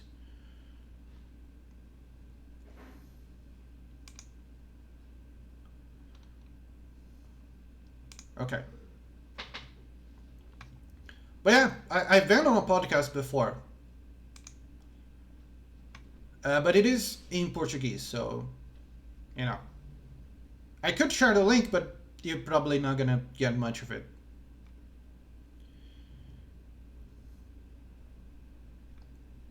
Okay, so the mothership. I think the mothership is the first one to reach the don't care. I literally don't care about the mothership. The fact that the mothership spawns the little guys that you're always like having to pop in the air and such, like that much is easy. And then she tries to steal back the eggs and whatever, but like you just need to stop a little bit and shoot the mothership off of the basket. It's not a big deal. I don't care. Moss. Moss is annoying. I don't consider moss as a high priority target per se. I actually avoid killing moss unless I'm close to the basket when possible. But like I mentioned this earlier, right? If you're playing a long-range weapon like a sniper rifle, yeah, it's kind of top-heavy. But there's gonna be a few few more lower tier enemies.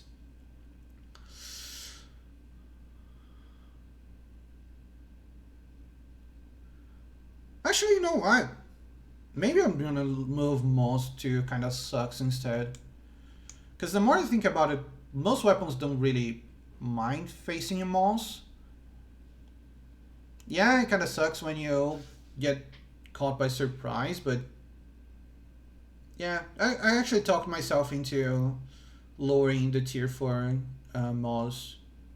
Just one bomb solves it too, so it's not that much of a big deal. Kohawk goes in nuisance.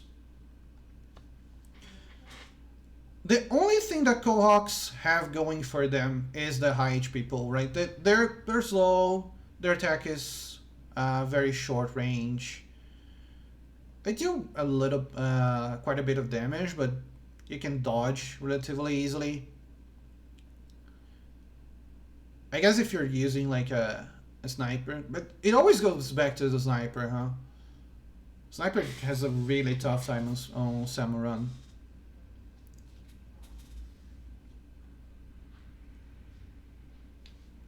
Oh, I just noticed that the delivery guys from the mothership are here separately, so I guess these go into the don't care category, and this goes into nuisance just because they can steal back the eggs. This one I don't really care. You just pop them with one shot from most weapons, and they're done. You can even aim for the box, because the box is actually the weak point. The the ice box pops so easily, and the little guy pops alongside it. It's not a big a deal. This guy, I don't think I can put it anywhere below annoying. Right. This guy's, if you accidentally shoot a one when you have a bad weapon against them, you're kind of cooked. You're kind of just cooked. Because they will focus you down, they will chase you, and they will most likely kill you. Sometimes I feel forced to use a special against them, just because I don't have a good weapon to go behind them. Right? Those little guys, I don't care. They're just there to retrieve eggs, and they can actually be useful when you wait for the right time to strike. Sometimes you want them to retrieve the eggs so they can bring the eggs closer to the basket, and that's very intentional. So they're helpful little guys.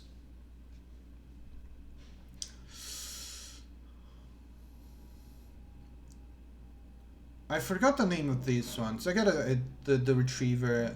I also didn't say the name. These are the carriage. I don't remember most of the names now that I think about it. These guys, huh? It's either kind of sucks or annoying depending on the weapon that you like to use. Well, the weapon is random, so tough luck choosing a weapon you actually like. No, I have to go with annoying. I know, I'm going back to top heavy, but like, hear me out. These guys always have little guys together with them. Always. So that automatically bumps up the annoying factor. Couple that with the fact that you need to have a decent range to be able to actually deal any damage at all. And the fact that it also depends on your what was I gonna say, opponent? Well, they are almost like opponents at that point. But like, it depends on your teammates' abilities as well, because sometimes you're trying to dodge this guy. You're trying to dodge them, and then your dear little friend just goes behind you with the laser pointing at them. And you get trampled out of nowhere because you didn't see the other one coming as well. I've had that happen way too many times. But then the problem is not the enemy. The problem is your dear friend that's like being reckless, right? So just because of that, it's not I hate it, it's just annoying. This is Big Shot. Okay, Big Shot is really borderline annoying. I'm just gonna put it in kinda sucks. Big Shot shares a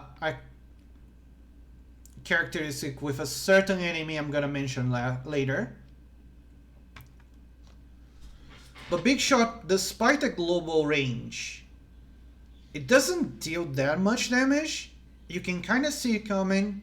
You can dodge it much easier than that certain guy. And you can use Big Shot to your advantage after you defeat him, because you can use the Big Shot's cannon to shoot the eggs back to the basket. That gives your team a lot of reach. Like, you don't need to worry that as much to bring stuff directly to the basket because you have the shortcut. So because of that, it just kind of sucks. It's not nuisance level of annoying, because I don't think it's that trivial. It does have a lot of HP, so dealing with one is not easy, but it's also not in the same level as these guys, right? And speaking of not being on the same level as the other ones, I kind of don't care about Mudmouth. Mudmouth is a very local thing, right? You just need to find them, throw a few bombs, you're done. Yes, there's the golden Mudmouth, which is not even on the tier list, which spawns big Callhawks guys, but even the Callhawks just kind of suck. So I don't remember like that many. I'm gonna say a single one, but I'm sure there were a few times where it was a Mudmouth wave and my team kind of failed because of it. Is the music okay, by the way? Wait, check. Oh, the music is not even here. Let me add the BGM. I was listening to the Splatoon BGM, and then I realized I didn't actually. No, it's not that one. Cancel. Hold up. Where's the source? Oh, this one.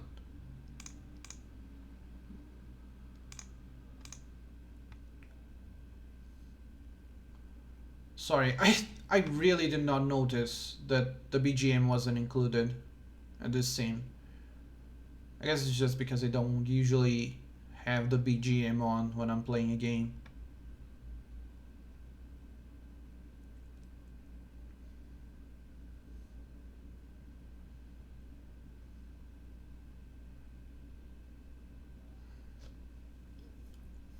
I was here vibing to the BGM, and I was like, that's why I mentioned the podcast. I guess that's a good thing that the BGM wasn't there, because like the Spotify playlist that I opened had a freaking podcast episode in the middle of the musics, and that's why I complained at that time. But like, yeah, there's the BGM now rolling along. I was about to ask if the BGM was too loud, but I guess it wasn't loud at all because it wasn't there. Anyway. This guy's, I think it's like fish, yeah, it's fish steak, the name. So fish steak, I think is just a nuisance. Now, I know that's a bit controversial, right? Saying that fish steak is just a nuisance, because I know they can do a lot of damage if they're too close to the basket. But I don't think it's that much work to just ink the sides of a fish stick, go up, deal with it, and then you even get like an advantage point to attack from, right? It only becomes worse if people neglect it. Because the more you neglect it, the more inked the region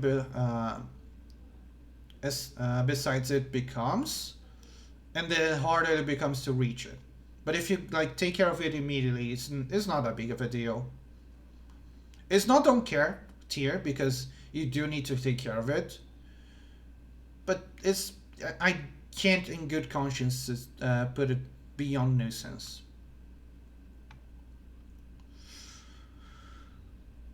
Okay, I don't think this guy's called Rainmaker, but I'm gonna call him Rainmaker. I don't like Rainmaker, but I don't know if I put it like as annoying or kind of sucks. I think I'm just gonna put it as it kind of sucks.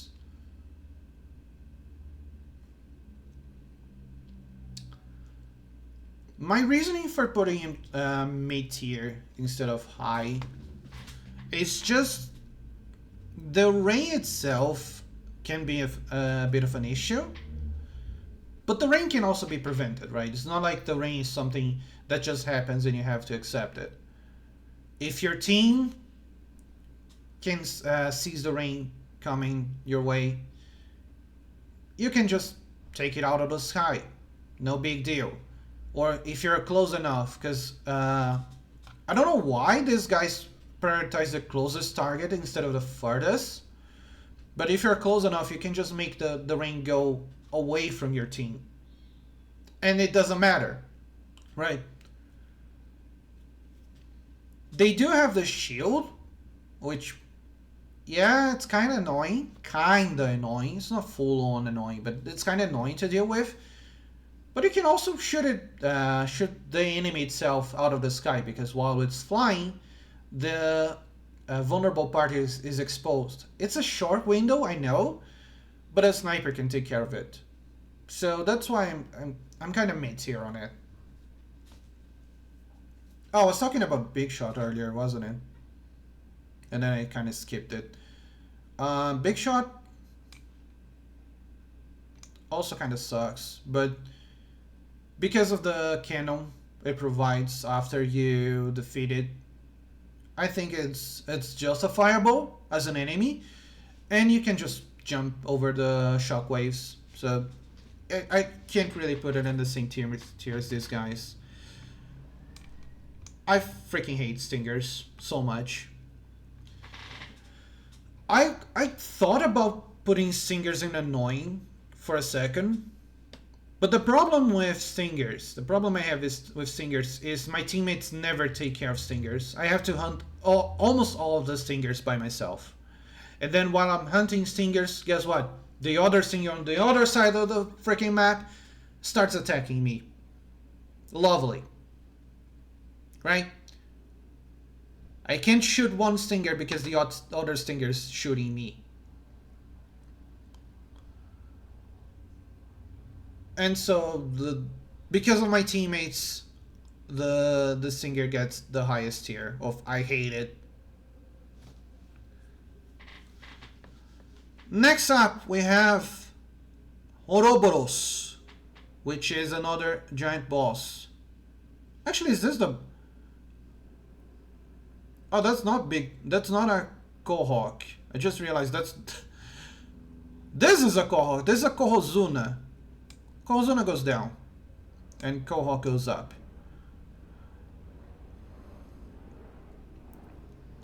It might seem a bit confusing to put the boss version of the Kohawk down compared to an actual Kohawk, but the thing is, Kohawks spawn in numbers, right? There are many of them in a wave. Kohozuna, there's only one. And compared to the other bosses like Ouroboros and this guy, Kohozuna is just basic. Like, you just shoot it and it doesn't even have a weak spot or anything. It doesn't have any special mechanics. It's just a big meatball that you may or may not be able to pass the DPS test. And that's it, right? It's not that interesting. To be fair, Kohozuna was the first boss introduced. It was there from the start, the other ones were introduced later. Still, I don't think Kohozuna is that bad. Like, the most Kohozuna will have a jump that does a splash, and that's it. But there's not much going on for Kohozuna. Now, Ouroboros, on the other hand. Yeah, so swarm enemies are almost always more annoying, exactly. And especially considering how there's a specific wave, which is when there's the cannon. I call that the March of the Kohozunas. I know there are specific names for the waves. I don't remember the names, but I call them the March of the Kohozunas, which is when there's a lot of, did I say Kohozunas? The Kohawks, March of the Kohawks, which is when there's the cannons spawning as well. Like, that shows how annoying the Kohos can be compared to a Kohozuna, a single Kohozuna, right? Horoboros, on the other hand, I'm almost tempted to put it as it's either kind of sucks or annoying or a nuisance. I don't think it goes here.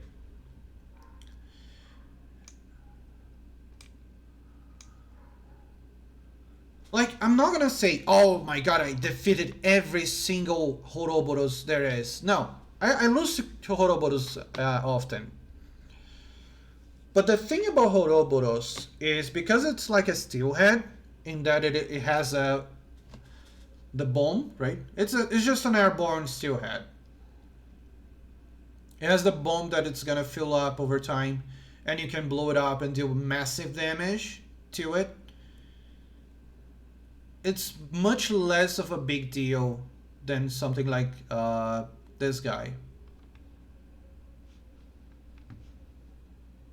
Why is my stream not working?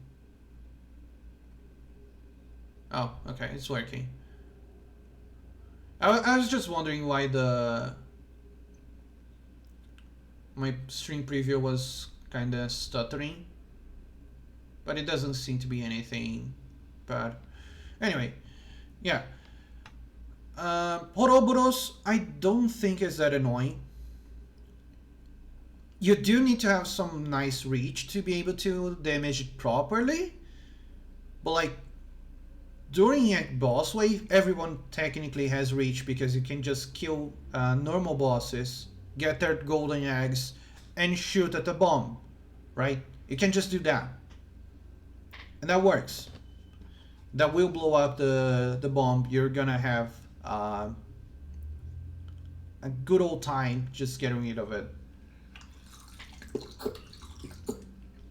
And I'm pretty sure I've killed more Horoboros than I've killed Kohozunas. I keep mixing the names, but I'm pretty sure I killed more Horoboros than I killed Kohozunas, simply because of the fact that the bonus damage can be abused. Just because of that, right? So I don't consider it as annoying as the third boss that got added. I'm gonna skip this guy because everyone knows the answer already. Let's talk about flip-floppers, right? Flip-floppers, surprisingly easy to deal with, surprisingly annoying when you're caught off guard. I don't know how they do it, but like, I'm clearing a wave of enemies, and all of a sudden, I'm out of ink. Guess what? There's a huge circle of enemy ink surrounding me, and I can't go anywhere. I guess I'll die, right? And that goes for any weapon. Short range weapon, long range weapon, fast weapon, slow weapon, it doesn't matter. I'm taking care of the enemies, I'm out of ink. Boom! There's a circle around me. I'm just dead. I can only accept that. It's not a hated level of annoying. Simply because a lot of times you see it coming. Why Steelhead so low on the list? Because I think Steelhead is way too slow to be considered any more than a nuisance. He's low. His range is very low as well. He can die like really easily. If you have a sniper, if you don't have a sniper, you just climb somewhere. You can shoot their head, and that's it. I don't consider them that bad of an enemy. I think they're just a nuisance. That's it. I know there are moments when you get like cornered by one, and those can kind of suck. Because if you have a short range weapon, you kind of just accept defeat. But like, if you get cornered by a slow enemy, that's on you. That's a skill issue. It's annoying to kill. They can easily kill. Yes, but like I said, if you get cornered by such a slow-moving enemy, that's kind of on you.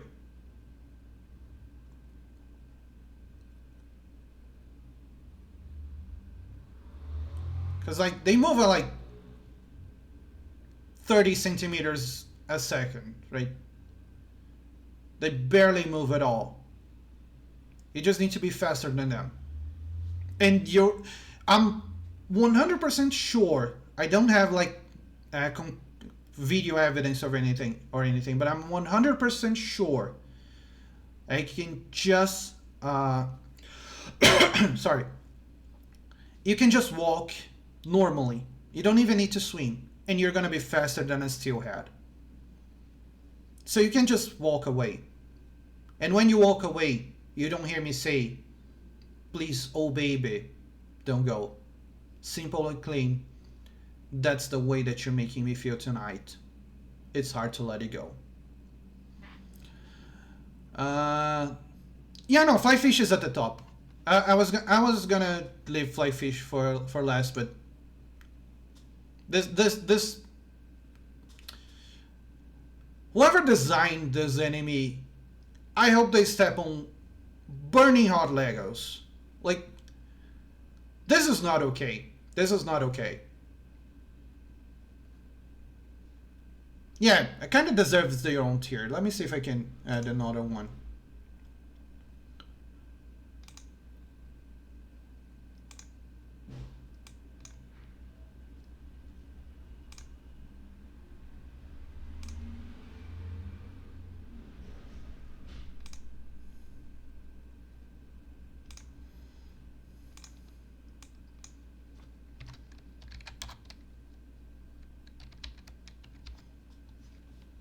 Actually, the black text on black background doesn't really work, huh? Yeah. That's how much I hate this piece of shit.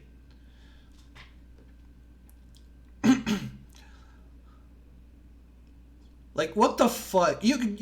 When you get like two of these, it almost feels like the game is over. If you get, for some reason, if you get 3 of them to spawn at the same time, I'm pretty sure the game is just lost. Like, it's impossible to recover. If I have the... That's the... Okay. Fry won the latest Splatfest, that's sure, but that's not the first time she won. That's a lie. Alright? I have the Splatoon app here. I'm gonna open it up. That's not the first time she won. I'm gonna be frozen for a little bit because I'm messing with my phone. But this was not the first time she won. Hold on.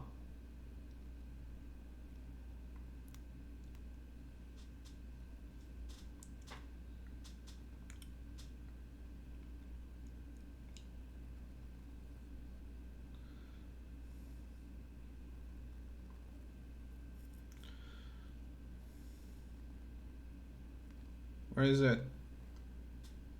Hello, motherfucker.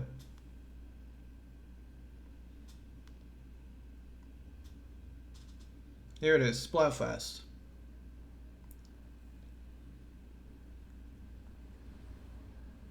I think my alerts are a little bit slow today. But thank you, Yukoi, for the follow.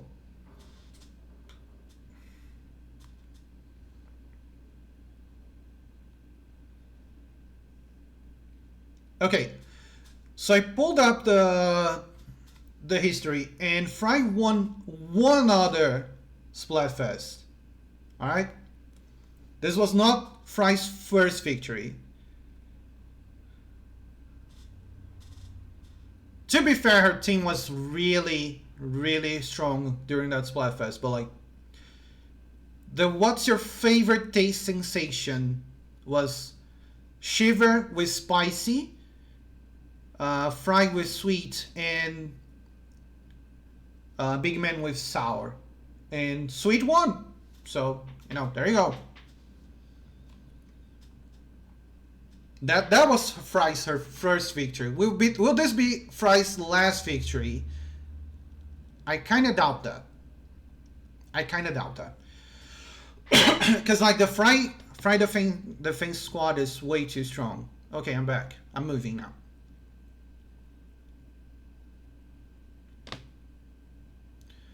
Well, yeah.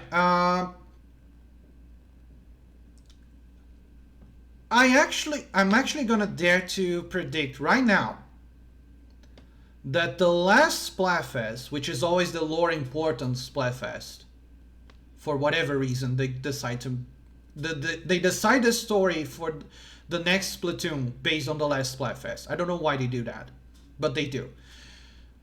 I think Fry is gonna win the lore Splatfest, the final Splatfest, whatever you want to call it. Mark my words, it's gonna happen. It's gonna happen. I'm much more of a Shiver fan. I don't care. I will fully admit that I am a Shiver simp.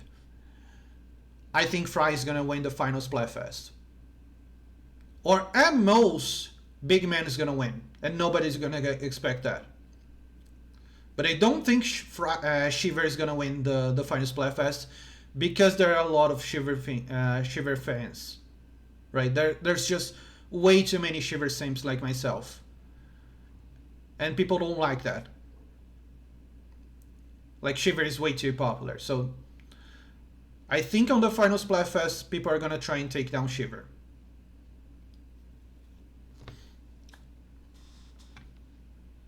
Anyway, back to the tier list. Now we just have 2 enemies. I'm guessing that the next Splash would be what was your favorite one of the Splatoon series. That would be interesting, I guess. But then there will also be a lot of bias, I would assume. Because I'm assuming a lot of people started with 2 or 3. Not a whole lot of people played 1. I've been playing since 1. And I'm gonna say I like each game for different reasons. The first game was very innovative. It had like the freshness to it, right? It started it all, and it had a great single player campaign. Second game had a weaker campaign, but the DLC made up for it. And then it added a lot to the multiplayer, and then it added the salmon run, which the third game improved on everything. But the third game also added some fluff that I don't see a lot of people playing or talking about. Specifically, I'm talking about the Tabletop Turf War? I don't remember how it's called. But the card game, right? I don't see a lot of people talking about the card game that much. It's just there. But I guess it doesn't hurt to have an alternate way to play the game. It's just there. People can play it if they want to. It took a while for the PvP version of Table Turf to appear, though. Because I remember at first you could only play against the NPC.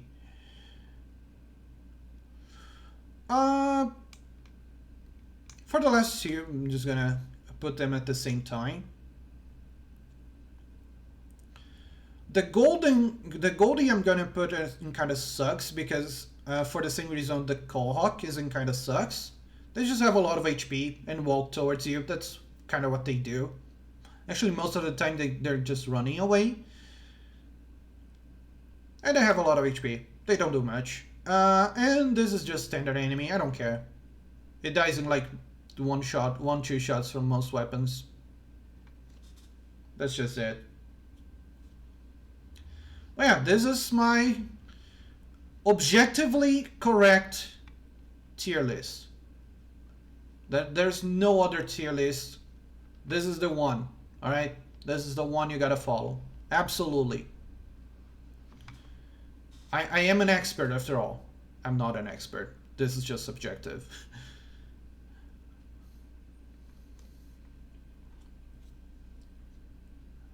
it kind of followed a bell curve. I wasn't really trying to make a bell curve, but it kind of followed a bell curve, which is interesting. But yeah, most enemies just kind of suck. There's just a few of them that I really hate. Alright, that was fun. It was a fun little distraction from just streaming the game itself. Maybe I should have changed the category to just chatting while I was doing that, though. I just realized that I didn't do that. Fish stick. Okay, so fish stick, I think it just screws you if you ignore it for too long, right? Like, if you go straight to it, then you can just take care of it in one hit. And Splatoon related should be fine, that's true. And I was actually playing Splatoon until now, so...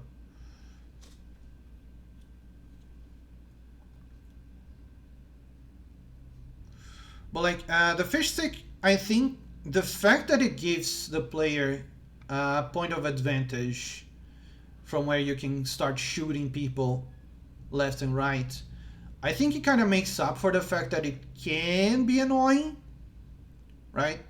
So that's why it's kind of low here. It is annoying if you leave it alone, but if you take care of it at the right time, then it's just a nuisance. It's not that bad. If anything, I'm kind of tempted to move the mothership up, because the mothership up is not just a nuisance if you leave it alone. That it is, of course. If you take care of it fast, then it's okay. But like, the mothership can screw you over much more simply because it can steal your team's eggs. And you can't add any more eggs while it's stealing the eggs. So I'm kind of tempted to do this, but I'm not gonna. It's just gonna stay here for now.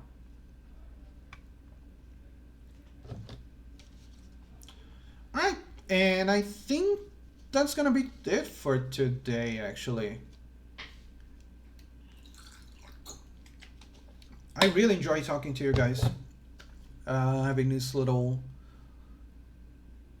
tier listing, fleeing a little bit from my usual just gameplay kind of streams. I'm gonna be honest. I thought it was gonna be a gameplay Andy, just for most. Well, I'm still gonna be mostly gameplay in this channel, so you guys can check. You can check the games that I've played recently. That's kind of what you can expect, plus a few car games. A lot of RPGs and stuff. But I really enjoyed this. It felt, pardon the joke here, but it felt fresh. I'm not just saying that because we were talking about Splatoon. It was very interesting for me. It's enjoyable to listen to you talk. That just made my day. Thank you, Madden. I know it's maybe kind of cringe to say that kind of stuff from my perspective, right? Is you hear a streamer saying that, "Oh my God, you just made my day." Oh, thank you. But it's true. Like it really, more than anything, it really keeps me motivated to keep going with this stream. So thank you. I appreciate it. Alright, before I get way too mushy, we're gonna find someone to raid and send to love to. There is a redeem. I don't remember how much it costs. I might change the cost because I don't remember anyone using it. It's 300 points, so even just a recent follow can use it. There is a redeem that you can use if you want to like recommend a channel for me to raid, but otherwise I usually go through my following list and see who's streaming right now. So let me take a look.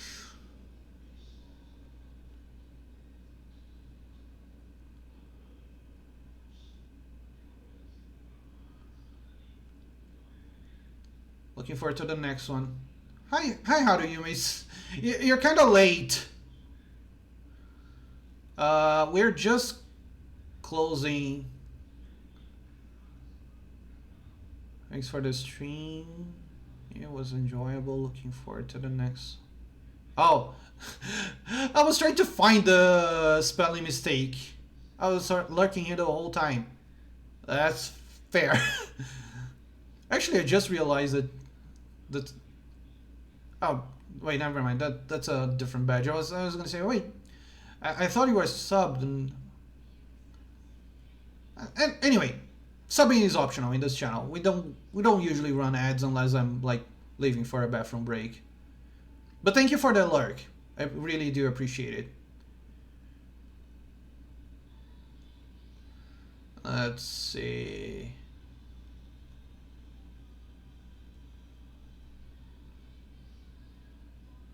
And know what? I think I know who I'm gonna send you guys to.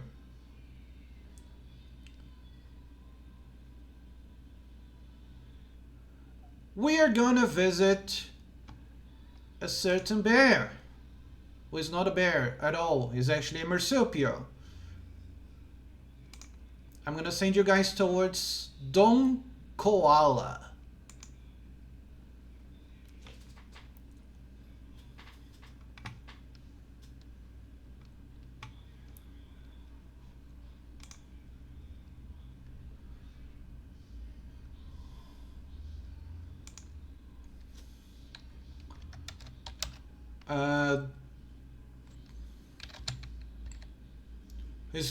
Don Koala is currently playing Project Zomboid, which is a survival game, kind of game. It's a bit different from Splatoon, but also at the same time, not really, because if you think about it, Splatoon is actually a post-apocalyptic kind of game. Actually, you don't even need to think about it. The game literally tells you in the lore that all humans are dead and the water life started taking over. So yeah, it is literally a post-apocalyptic game. But yeah, I want to say to you guys towards Don Koala, be polite, be nice, lurk if you would like to, or take a rest. But thank you again for watching. I hope you guys enjoyed it, and I will see you guys on a Thursday. I'm not streaming tomorrow. I'm taking tomorrow off so I can do some editing and stuff. Also, I need to research for the stream itself. Maybe even find an artist or two, or make some emotes myself. Anyway, tomorrow is a working day for me. I'm not gonna be streaming, but on Thursday I will be back and I will be playing Fire Emblem, the quote-unquote first Fire Emblem, which is actually the 7th game in the series, because that's how Nintendo works, I guess. Alright, take care everyone. Peace!